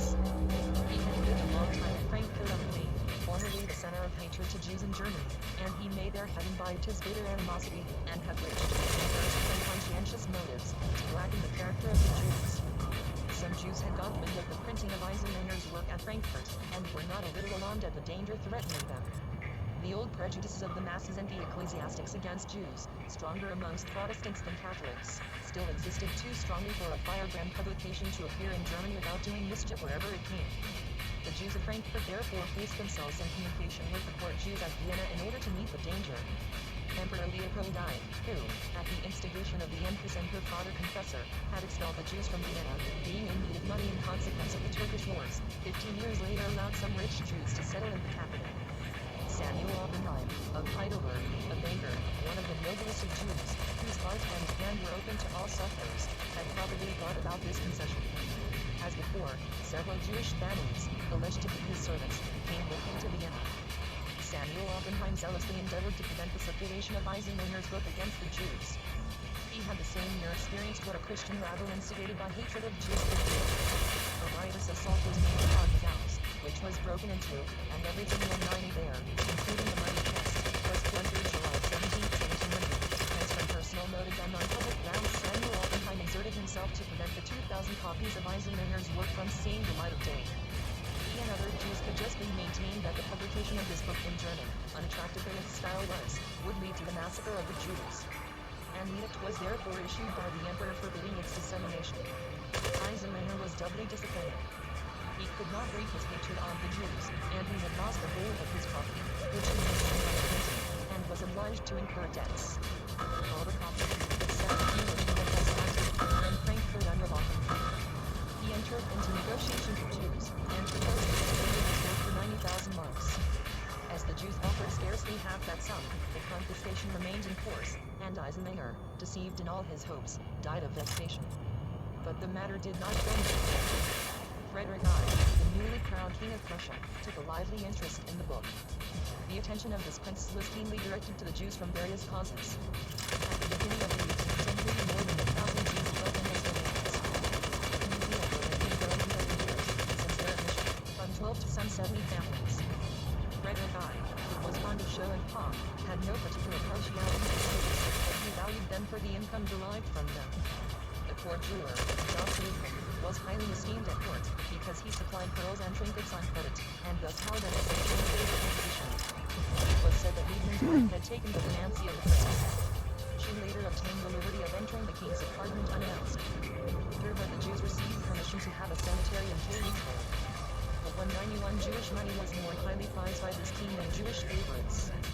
Frederick, who while elected had thought of banishing the Jews, tolerated them for the safety tax which they had to pay or ducats yearly, and they were subjected to severe restrictions. Amongst others, they could not own houses and lands. Yet they were allowed to have synagogues, first a private one granted as a favor to the court jeweler Jost Liebman and the family of David Rees, and Ulrich from Austria, and then, owing to frequent disputes about rights and privileges, a public synagogue as well. Two maliciously dispersed Protestant Jews, Christian K.H.T.Z. and Francis Wenzel, sought to prejudice the new king and the population against the Jews. Blasphemy against Jesus overruns the line charge. The prayer Avenue and others were cited as proofs that the Jews were blaspheming Jesus with continuity, and that they sped in doing so. The guilds not being well disposed to the Jews utilized this excitement for fanatical persecution, and such bitter feeling arose in the cities and villages against the Jews, that as they expressed themselves, perhaps knowingly exaggerating their life was no longer safe. King Frederick proposed a course which does honor to his good heart. He issued a command December 1700 to all the presidents of departments to call together the rabbis and, in default of them, the Jewish schoolmasters and elders on a certain day, and ask them on oath whether, in uttering or silently using the blasphemous word Baruch, they applied it to Jesus. The Jews everywhere solemnly declared on oath that they did not refer to Jesus in this prayer at the place where the lacuna was left in the prayer books. John Henry Michaelis, the theologian, was asked respecting the character of the Jews, pronounced them innocent of the blasphemy of which they were accused. As the king continued to suspect 192 the Jews of reviling Jesus in thought, he issued orders characteristic of the time 1703. He said that it was his heart wish to bring the people of Israel, whom the Lord had once loved and chosen as his peculiar possession, into the Christian communion. He did not, however, presume to exercise control over their consciences, but would lead the conversion of the Jews in time and by wise counsel. Nor would he bind them by anything refrain from uttering in prayer the words of the gospel. But he commanded them on pain of punishment to refrain from those words, to utter the prayer Alan knew aloud, and not to spit while so doing. Spies were appointed to visit the synagogues from time to time, as 11 centuries before in the Byzantine Empire, in order to observe whether this including prayer was allowed wear this one. Eisenhower pleaded his death, and he therefore, knowing that the king of Prussia was inclined to listen to accusations against the Jews, had applied to him to entreat Emperor Leopold to release the work against the Jews, encouraging his unrest, from ban and prohibition. Frederick had interested himself warmly in the matter, and sent a kind of petition to Emperor Leopold on April 25, 1705, very characteristic of the tone of that time. The king represented that Eisenhower had sent all the money in this book, and had cried out vexation at the imperial prohibition. It would seem a lowering of Christianity if the Jews were so powerful as to be able to suppress a blatant and offensive demonstration during the application of Jewish morals. There was no reason to apprehend, as the Jews pretended, that it would incite the people to a violent onslaught against them, since a more violent publicity of food which had done them no harm. Eisenhower worked immediately at the promotion of Christianity, so that Christians might not, as could repeatedly happen some years ago, be induced to the 93 revolt from it and become adherents of Judaism. But Emperor Leopold would not remove the ban from Eisenhower's book. King Frederick repeated his request 3 years later, at the desire of Eisenhower's heirs, to Emperor Joseph I. With him also King Frederick found no favorable hearing, and the 2,000 copies of Judaism unmasked remained unthankful under ban for 30 years. But with Frederick's approval a second edition was brought out at Königsberg, where the imperial censorship had no power. For the moment it had no such effect as the one side had hoped and the other feared. But, later on, when the rights of Jews and citizens were considered, it proved an armory for malicious or indolent opponents. King Frederick I was often urged by enemies of the Jews to use his ruling authority of blood for their ability. Rightly the dark side of the general appreciation of Jewish literature appeared clearly. In Holland, likewise a Protestant country, a Christian scholar of this period cherished great enthusiasm for the Mishnah, the backbone of Talmudic Judaism. William Shore Hesius, a young man of Oxford, in the course of many years translated the Mishnah with 2 commentaries upon it into Latin printed 1698 to 1703. He displayed more than the usual amount of Dutch industry and application. Love certainly was needed to undertake such a study, persevere in it, and finish the work in a clear and attractive style. No language and literature present so many difficulties as this style is, how almost obsolete, the objects which it describes, and the form in which it is cast. Shore Hesius sat at the feet of Jewish teachers, of whom there were many at Amsterdam, and he was extremely grateful for their help. But their assistance did not enable him to dispense with industry and devotion. He was influenced by the conviction that the early law, in the shadow of its main contents is as documented in the 94 written word of the Bible. He desired that Christian youths in training for theology and the clerical profession should not yield to the seductions of classical literature, but by engaging in the study of the Mishnah should, as it were, receive ordination beforehand. He who desires to be a good and worthy disciple of Christ must first become a Jew, or he must first learn thoroughly the language and culture of the Jews, and become Moses' disciple before he joins the apostles, in order that he may be able through Moses and the prophets to convince men that Jesus is the Messiah. In this enthusiastic admiration for the cornerstone of the edifice of Judaism, which the builders of culture were wont to despise, Shore Hesius included the people who owned these laws. He cordially thanked the Senate of Amsterdam because it specially protected the Jews. In the measure in which this prejudice passed all other peoples into the preference, worthy men. The old renown and dignity, which this people and the citizens of Jerusalem once possessed, are yours. For the Jews are sincerely devoted to you, not overcome by force of arms, but won over by humanity and wisdom. They come to you, and are happy to obey your republican government.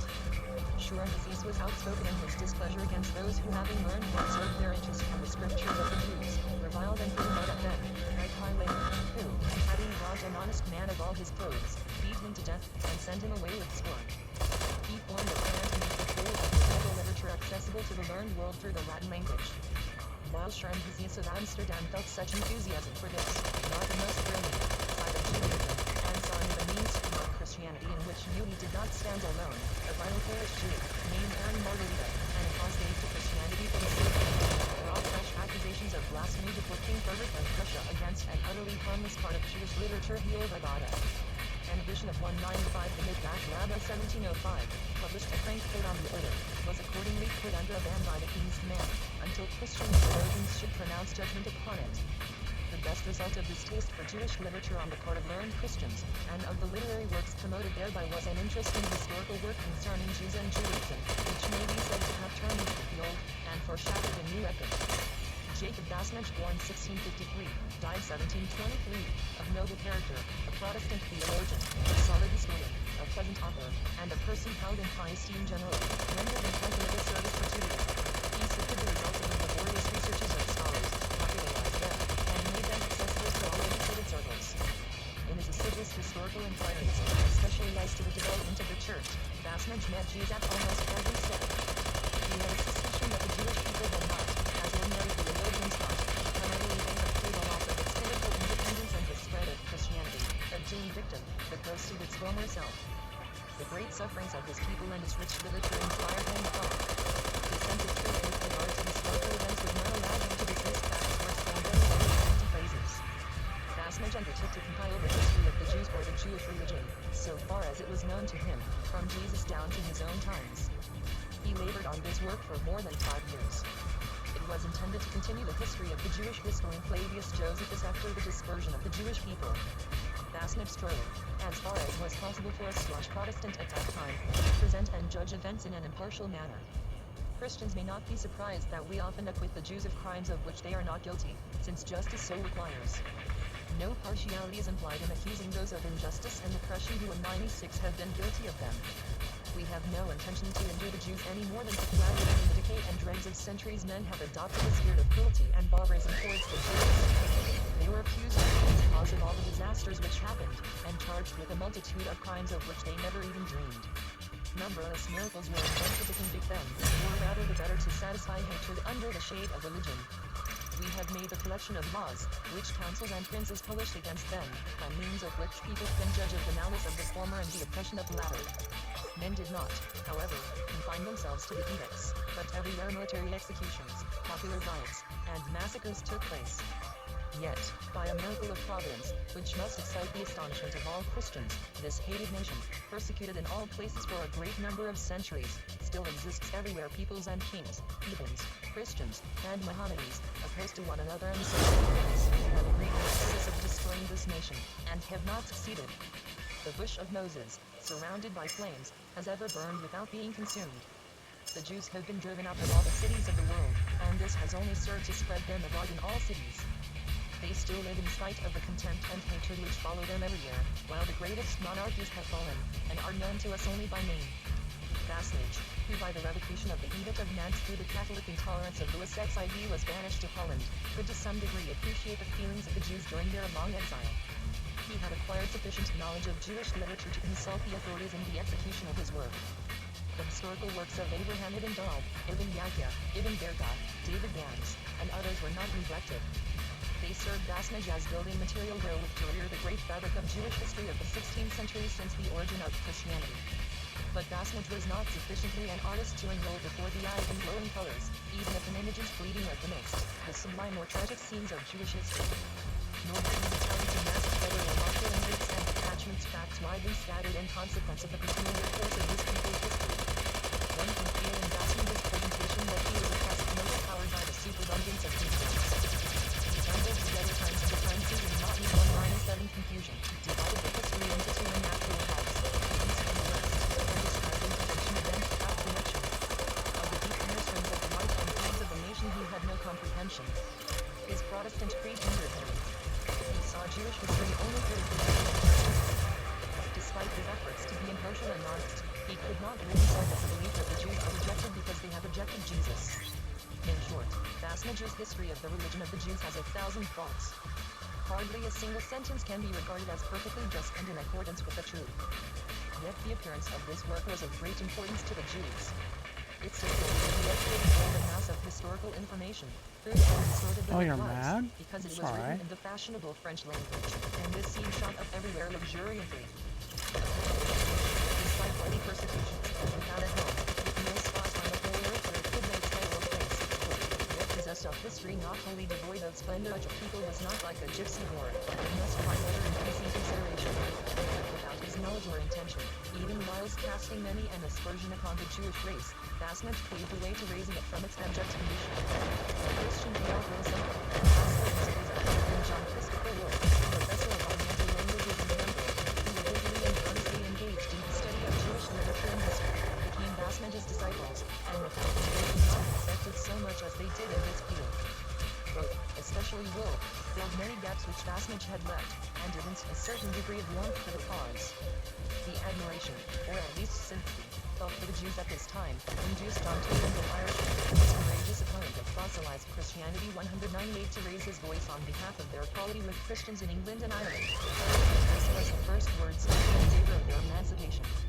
But the people, in whose favor this remarkable revulsion of sentiment had taken place in the educated world, was without knowledge of it, and felt no change in popular sentiment. 199. Chapter 6 General Demoralization of Judaism. Low condition of the Jews at the end of the 17th century. Representatives of culture, David Nito, Jehuda Brili Kabbalah Jewish chroniclers of Hezbollah translate the Psalms into Spanish. The various he race after wealth and poverty of the Jews. Survival of Salvation is an annual Israel Donahu, Cardoso, Mordecai of Eisenstadt, Jacob Carrito, and Berchiovation is an in Poland. Graham Funku Dachasit Hayam Malik Aloman Adolin Edmaya Chayan Avid Oppenheim's famous library Hatchin Zebi controversy on Chayan's heretical works in Amsterdam. 1700 to 1775 CE. At the time when the eyes of the civilized world were directed upon the Jewish race with a certain degree of sympathy and admiration, and when, at the dawn of enlightenment in the so-called philosophical century, ecclesiastical prejudices were beginning to disappear, the members of this race were making a by no means favorable impression upon those with whom they came into contact. Weighed in the balance, they were found wanting even by their well-wishers. The Jews were at no time in so pitiful a plight as at the end of the 17th and beginning of the 18th century. Several circumstances had contributed to render them utterly demoralized and despised. The former teachers of Europe, through the sad course of centuries, had become childish, or worse, dotards. Every public or historical act of the Jews bears a character of innocence, if not contemptibility. There was not a single Jew, probably a person commanding respect who could locally represent Judaism, and bring it into affiliation. The strong-minded, manly Orobio de Castro died in 1647. The former victim 200 of the Inquisition, whose whose dignity, and the acumen with which he contested Christianity commanded respect of the leading opponents of Judaism, was indeed still living. But he left no successor of equal standing within the highly cultured community of Amsterdam, certainly not outside of it, where the conditions for an independent Jewish personality possessed of culture were entirely wanting. The leaders of the community were for the most part led astray, wandering as in a dream, and stumbling at every step. But few rabbis occupied themselves with any branch of knowledge beyond the Talmud, or entered on a new path in this study. The exceptions can be counted.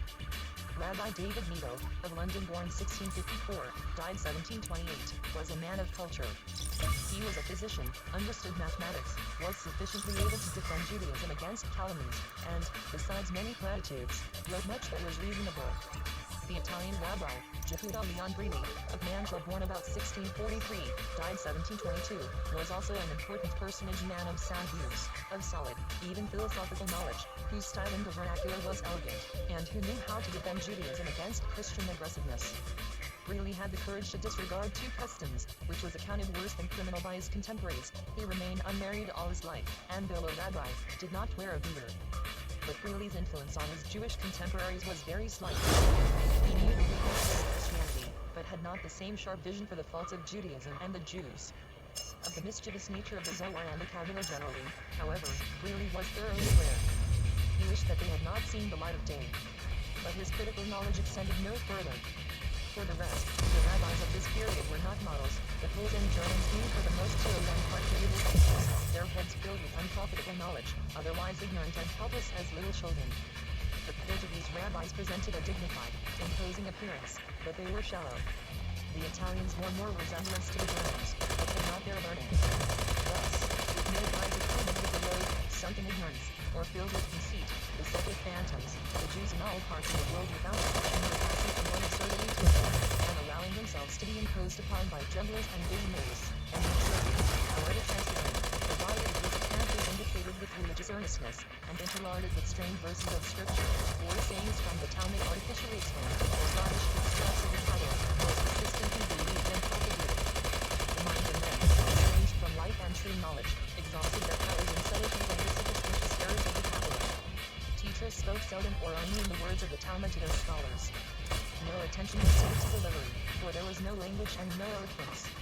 The culminating point of the Middle Ages was reached in Jewish history at a time when it had been passed by the most of Western Europe. The spread of superstitious usages was occurring and in no wise checked. To write amulets cameo for the exorcism of diseases was required of the rabbis, and they devoted themselves to this work. Many wished to be thought conjurers or shepherds. A rabbi, Simon Baki at Casale in Italy, proclaimed his master, the foolish Kabbalist Moses Zucchet of Venice, that he had used the prescribed formulas of conjuration for a woman of Turin supposed to be possessed, without any successful result. Thereupon the latter gave him more efficacious means, viz., whilst using God's name in prayer, he was to hold burning sulfur to the nose 202 of the possessed. The more sensitive she was, and the more she struggled against the remedy, the more might he be convinced that she was possessed by an evil spirit. An instructed Jew of the Kabbalist school of Damascus once boasted seriously before the free-thinking critic Richard Simon that he could evoke a genie or the higher, and began to make preparations. The incredulous father followed his movements with a satirical smile, and the conjurer got out of the predicament with the remark that the soil of France was not suited for apparitions. To elevate Judaism in the eyes of the nations and to represent it in a manner worthy of respect was at this time not in the power of the Jews. They rather degraded and made it contemptible. Thoughtful Christians stood astonished before this wonderful monument of history, this people with its many and its ultimately glorious and tragic destiny. But its own sensations looked to their own greatness, or sought it only in slew stories and absurd pageants. Whilst the Christians industriously and with feelings of amazement investigated the history of the Jews during 3,000 years, the Jews had no such being, not even the cultivated cultists Jews. Manasseh ben Israel had outlined the history of the Jews, and probably suggested Asnage's work, but he did not accomplish his own design. Three historians, indeed, are named as belonging to this time: the itinerant Rabbi David Confort, Seth Miguel Daniel de Berrios, a Morano, who returned to Amsterdam, and lastly the Polish Rabbi Jechiel Hilberin, of Minsk. But all three resemble the monkish chroniclers of the barbarous ages, and their style is more repulsive than attractive.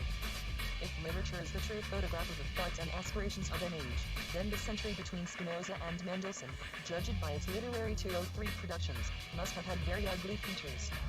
A good deal, it is true, was written and published. Every rabbi by a fresh contribution to the already stupendous pile of rabbinical matter as to perpetuate his name, to secure his future bliss, and withal to earn a pittance. Subtle rabbinical commentaries, insipid sermons, and books of devotion.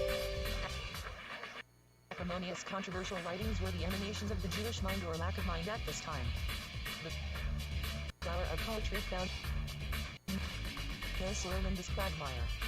This age produced only two Jewish poets, genuine sons of the Jewish muse, who lived at a great distance from each other, one in the island of Jamaica, the other in Italy. Pez Laguna and Luzzatto. As if the old Jewish trunk, Cranus and Beatrice, wished to reveal the life at its heart and prove its capability to renew its youth even under the most unfavorable circumstances. Lopez Laguna, born in Murano in France about 1660, died after 1720, came when but a youth to Spain, where he made the acquaintance of the horrible Inquisition.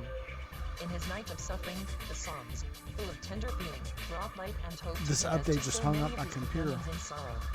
Released from prison, and having escaped to Jamaica, Laguna, under the Jewish name of Daniel Israel, attuned his heart to the holy songs which had revived his soul. To make the Psalms accessible to others, especially to Muranos ignorant of Hebrew, he made a faithful translation of them into melodious, elegant Spanish verse. This Psalter, a mirror of life, Daniel Israel Lopez Laguna took to London, where his work procured him a triumphant reception from several minor poets and also from three Jewish poetesses, Sarah de Fonseca Pinto y Pimentel, Manuela Nunes de Almeida, and Benito Cohen del Monte, who addressed him in Latin, English, Portuguese, and Spanish verses. Moses Chaim Luzzatto, a victim to the dreary 204 errors of this time, composed two Hebrew dramas full of beauty and youthful freshness. With the exception of these poetical flowers, this long period shows a colorless waste. Daniel de Berrios, captain, historian, and beggar, cannot be reckoned a poet, although he composed an astonishing number of Spanish, as well as Hebrew rhymes, besides several Spanish dramas, and he sang before, and without shame begged of, nearly every Jewish and Christian magnate who possess a full purse. Not only the scientific and artistic spirit, but also the moral sense was lost, or at least blunted in this general demoralization. The fundamental virtues of the Jewish race continue to exist even at this time in undiminished strength: idyllic family love, brotherly sympathy towards one another, and chastity. Gross vices and crimes occurred even then, but seldom in the times of Jacob. Thoroughly corrupt outcasts were considered enough to lead it, and to pollute the church or the mosque with their immorality. But the feeling of right and honor amongst Jews was on the whole weakened. There was a lowering in tone of that tender conscience, which with a sort of maiden shame avoids even what the precepts of religion and the paragraphs of the civil code leave unforbidden. To make money was so imperious a necessity that ways and means became indifferent, and were not exposed to censure. To take undue advantage, and to overreach, not merely a hostile population, but even their own co-religionists, was regarded for the most part not as a disgrace, but rather as a kind of heroic action. From this sprang worship of Mammon, not merely love, but also respect for gold, no matter how impure its source. The democratic equality hitherto maintained amongst Jews, who refused to recognize distinctions of class and caste, was lost in the furious dance round the golden calf. The rich man was held worthy of honor, he to whom those less 205 kindly favored by fortune looked up as to something higher, and in whom they therefore overlooked many failings. The richest, not the most worthy, were made the managers of the community, and were granted a charter for arbitrary conduct and arrogance. A satire of the period scourges very severely the almighty power of money, to which all bow down. The dollar binds and looses, it raises the ignorant to the chief offices in the community. Increasing poverty among Jews was partly the cause of this state of affairs. Only among the small number of Portuguese Jews at Amsterdam, Hamburg, Leghorn, Florence, and London, there were men of considerable wealth. Isaac Antonio Suasso, created Baron Alberns de Grasse by Charles II, of Spain, was able to advance to William III, for his semi-adventurous expedition to London to obtain the English crown, 2,000,000 florins without interest, with the simple words, "If you are fortunate, you will repay them to me. If not, I am willing to lose them." The millionaires at Amsterdam were the Pintos, the Belmontes, David Bueno de Mosquito, Francisco Melo, who rendered many services to Holland by his wealth. One of the de Pintos bequeathed several millions for noble objects, making provision for Jewish communities, the state, Christian orphanages, clergy, clerks, and sextons. At Hamburg there were the Teixeiras, who were related by marriage to Suasso, and Daniel Abencer, able to make large advances to the poor rulers of Poland. On the other hand, the Polish, German, and also the Italian and the Oriental Jews, were extremely impoverished. The changes which commerce had experienced brought about this alteration. The Jews could no longer practice usury, they had no capital, or rather Christian capitalists competed with them. Worst of all were the Polish Jews, they who used to lord it over all the Jews in Europe 206. They could not recover from the wounds which the Cossack disturbances had inflicted on them, and the destruction of the Polish kingdom that followed caused them fresh troubles. The increasing poverty of the Polish Jews every year drove swarms of beggars to the west and south of Europe. They resorted to the large communities to procure shelter and food from their rich brethren. Polish students of the Talmud, superior to all other Jews in knowledge of the Talmud, went principally to the important rabbinates, Prague, Nikolsburg, Frankfurt on the Main, Amsterdam, and Hamburg, and even to Italian communities. Every Polish immigrant was, or proclaimed himself to be, a rabbi or a preacher, and was so regarded. Many of them were a disgrace to the rabbinical office, for which they had no qualifications, either mental or moral. They fawned on the rich from need and habit. From them sprang the ever-increasing demoralization among Jews.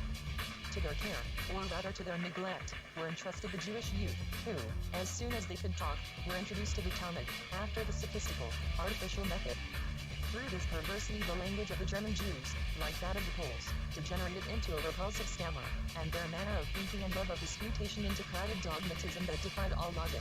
Their feeling for simplicity and truth was lost, and even the Portuguese Jews, who kept themselves aloof from the odious jargon, did not remain uncontaminated by the perverse manner of thinking prevalent at the time. Added to this was the fact that the mudstreams of Sabbatian fanaticism burst forth afresh. They besmirched all who came in contact with them, but, nevertheless, they were regarded as a pure stream from the fountainhead of the deity. Their one good effect was that they stirred up, and set in motion the stagnant swamp. Or, to speak without metaphor, 207 the sluggish routine in which the Jews lived was broken, and the rabbis, dull with unfruitful learning, were roused to a certain degree of passion and energy. After Sabata's death, one of his followers, Daniel Israel Donafu, an ignorant officiating leader chosen at Smyrna, kept up the faith in the dead Messiah by all sorts of jugglery. At one time he pretended to have seen a moving fireball. At another, to have heard a voice say that Sabata was still alive, and would reign forever. The community at Smyrna bribed the Cadi to banish him from the city, but Daniel Israel took up his residence in the neighborhood of Smyrna, and encouraged the sect to persevere in its belief. He was aided and abetted by Abraham Michael Cardoso of Tripoli, who reappeared on the stage, where he found a conventicle of Sabbatian associates, who flocked round him, because with his scientific education, his culture, and fluency of speech, he was far superior to them. Cardoso announced dreams and visions, declared himself Sabata Zebi's successor, the Ephraimite Messiah, practiced extraordinary impositions, and visited graves to be inspired by departed spirits, and obtained predictions to suit his theory. This consisted in the blasphemous assumption that there are two gods, the first cause, incomprehensible, without will and influence over the universe. The other the God of Israel, the actual creator of the world, and lawgiver of the Jewish people, who alone should be worshipped. But the rabbis of Smyrna put a stop to Cardoso's proceedings, threatened him with death, and compelled him to leave Sabata Zebi's birthplace. He betook himself thence to Constantinople with his Smyrna adherents, later pursued his mischievous behavior at Adrianople, Rhodes Hill, in Egypt, the Archipelago, and Candia. Now as Messiah, now as physician, composed numerous treatises on the Advent and the Messianic kingdom, expounded his theosophical dualistic theory, incurred debts, drew 208 into his Kabbalistic conventicle, and is said to have lived immorally even to old age. At last Cardoso was stabbed by his nephew, who believed that he had been cheated by him 1706. His imposture did not cease with his death. For his writings, a mixture of sense and nonsense, were eagerly read, and inflamed men's minds. Abraham Michael Cardoso remained at least faithful to Judaism, did not reverence Sabata Zebi as divine, vehemently contended against this blasphemy, and did not go over to Mohammedanism. His prophet, Daniel Israel Bonafu, on the other hand, assumed the turban, probably on account of the persecution suffered at the hands of the rabbinate of Smyrna. Far more important was the Kabbalistic fanaticism spread by an itinerant Sabbatian preacher, and transplanted to Poland, where it found congenial soil, and maintained its ground tenaciously. Mordecai of Eisenstadt-Matthias, even after the death of the Rebbe, remained his faithful follower. A disciple of Nathan and partisan of Cardoso, he returned to his home from the east, was of prepossessing appearance and awe-inspiring features, lived an ascetic life, fasted 11 days in succession, preached in Hungary, Moravia, Bohemia, and Italy with much impressiveness on penitence and contrition, and in fact, played the part of a Jewish Vincent Ferrer. The applause which his preaching excited awakened his confidence, and he gave himself out as a prophet. In word and writing, the preacher of Eisenstadt maintained that Sabata Zebi was the true Messiah, obliged to become a Muslim by high mystical dispensation. The Hungarian, Moravian, and Bohemian Jews listened to these Sabbatian preachings and prophecies with eager interest. The Sabbatian frenzy had so blunted their power of thought that they were not offended at the notion of a new Messiah who had apostatized from Judaism. Mordecai went further in his folly, gave himself out as the true 209 Messiah of the house of David, and maintained that he was Sabata Zebi risen from the dead. The latter had not been able to accomplish the work of redemption, because he was rich. The Messiah must be poor. Therefore he, Mordecai, being poor and persecuted, was the true Redeemer. All this nonsense was accepted with credulous devotion. Some Italian Jews formally invited the Hungarian Messiah to come to them, and he obeyed the summons. At Modena and Reggio he was received with enthusiasm. He talked of his mission that he must go to Rome in order to make messianic preparations in the sinful city. He cunningly hinted that he might be obliged to assume a Christian disguise, as Sabata Zebi had been obliged to veil himself in Turkish clothing, that is, in case of need he would apparently submit to baptism. Some Jews appeared to have betrayed his plans to the Roman Inquisition, and his Italian followers advised him to leave Italy. He went once more to Bohemia, but could not find a footing there. Looks like we're going to end the stream. Because only a dim rumor this of update the Sabbatians had penetrated. He found, it appears, numerous followers. it's going on A forever. sect was formed there which pursued its gainful career until the beginning of the age of Mendelssohn, and even beyond that period. At the same time, the old impostor reappeared under new Alright, forms so in Turkey. I'll get back on as soon as I can. Thanks for tuning in. See you next time She on is the said Reading either from Couch ambition of or, Another as World. her enemies Thank declared, show from that licentious this is. motives, Until to then. have led the Sabbatians into fresh frenzy. Having returned to Salonika, she is said to have passed off her brother, Jacob Jermaine Corrido, the favorite, as her son by Sabata Zebi. Oh, her son by Shabtai Tzvi.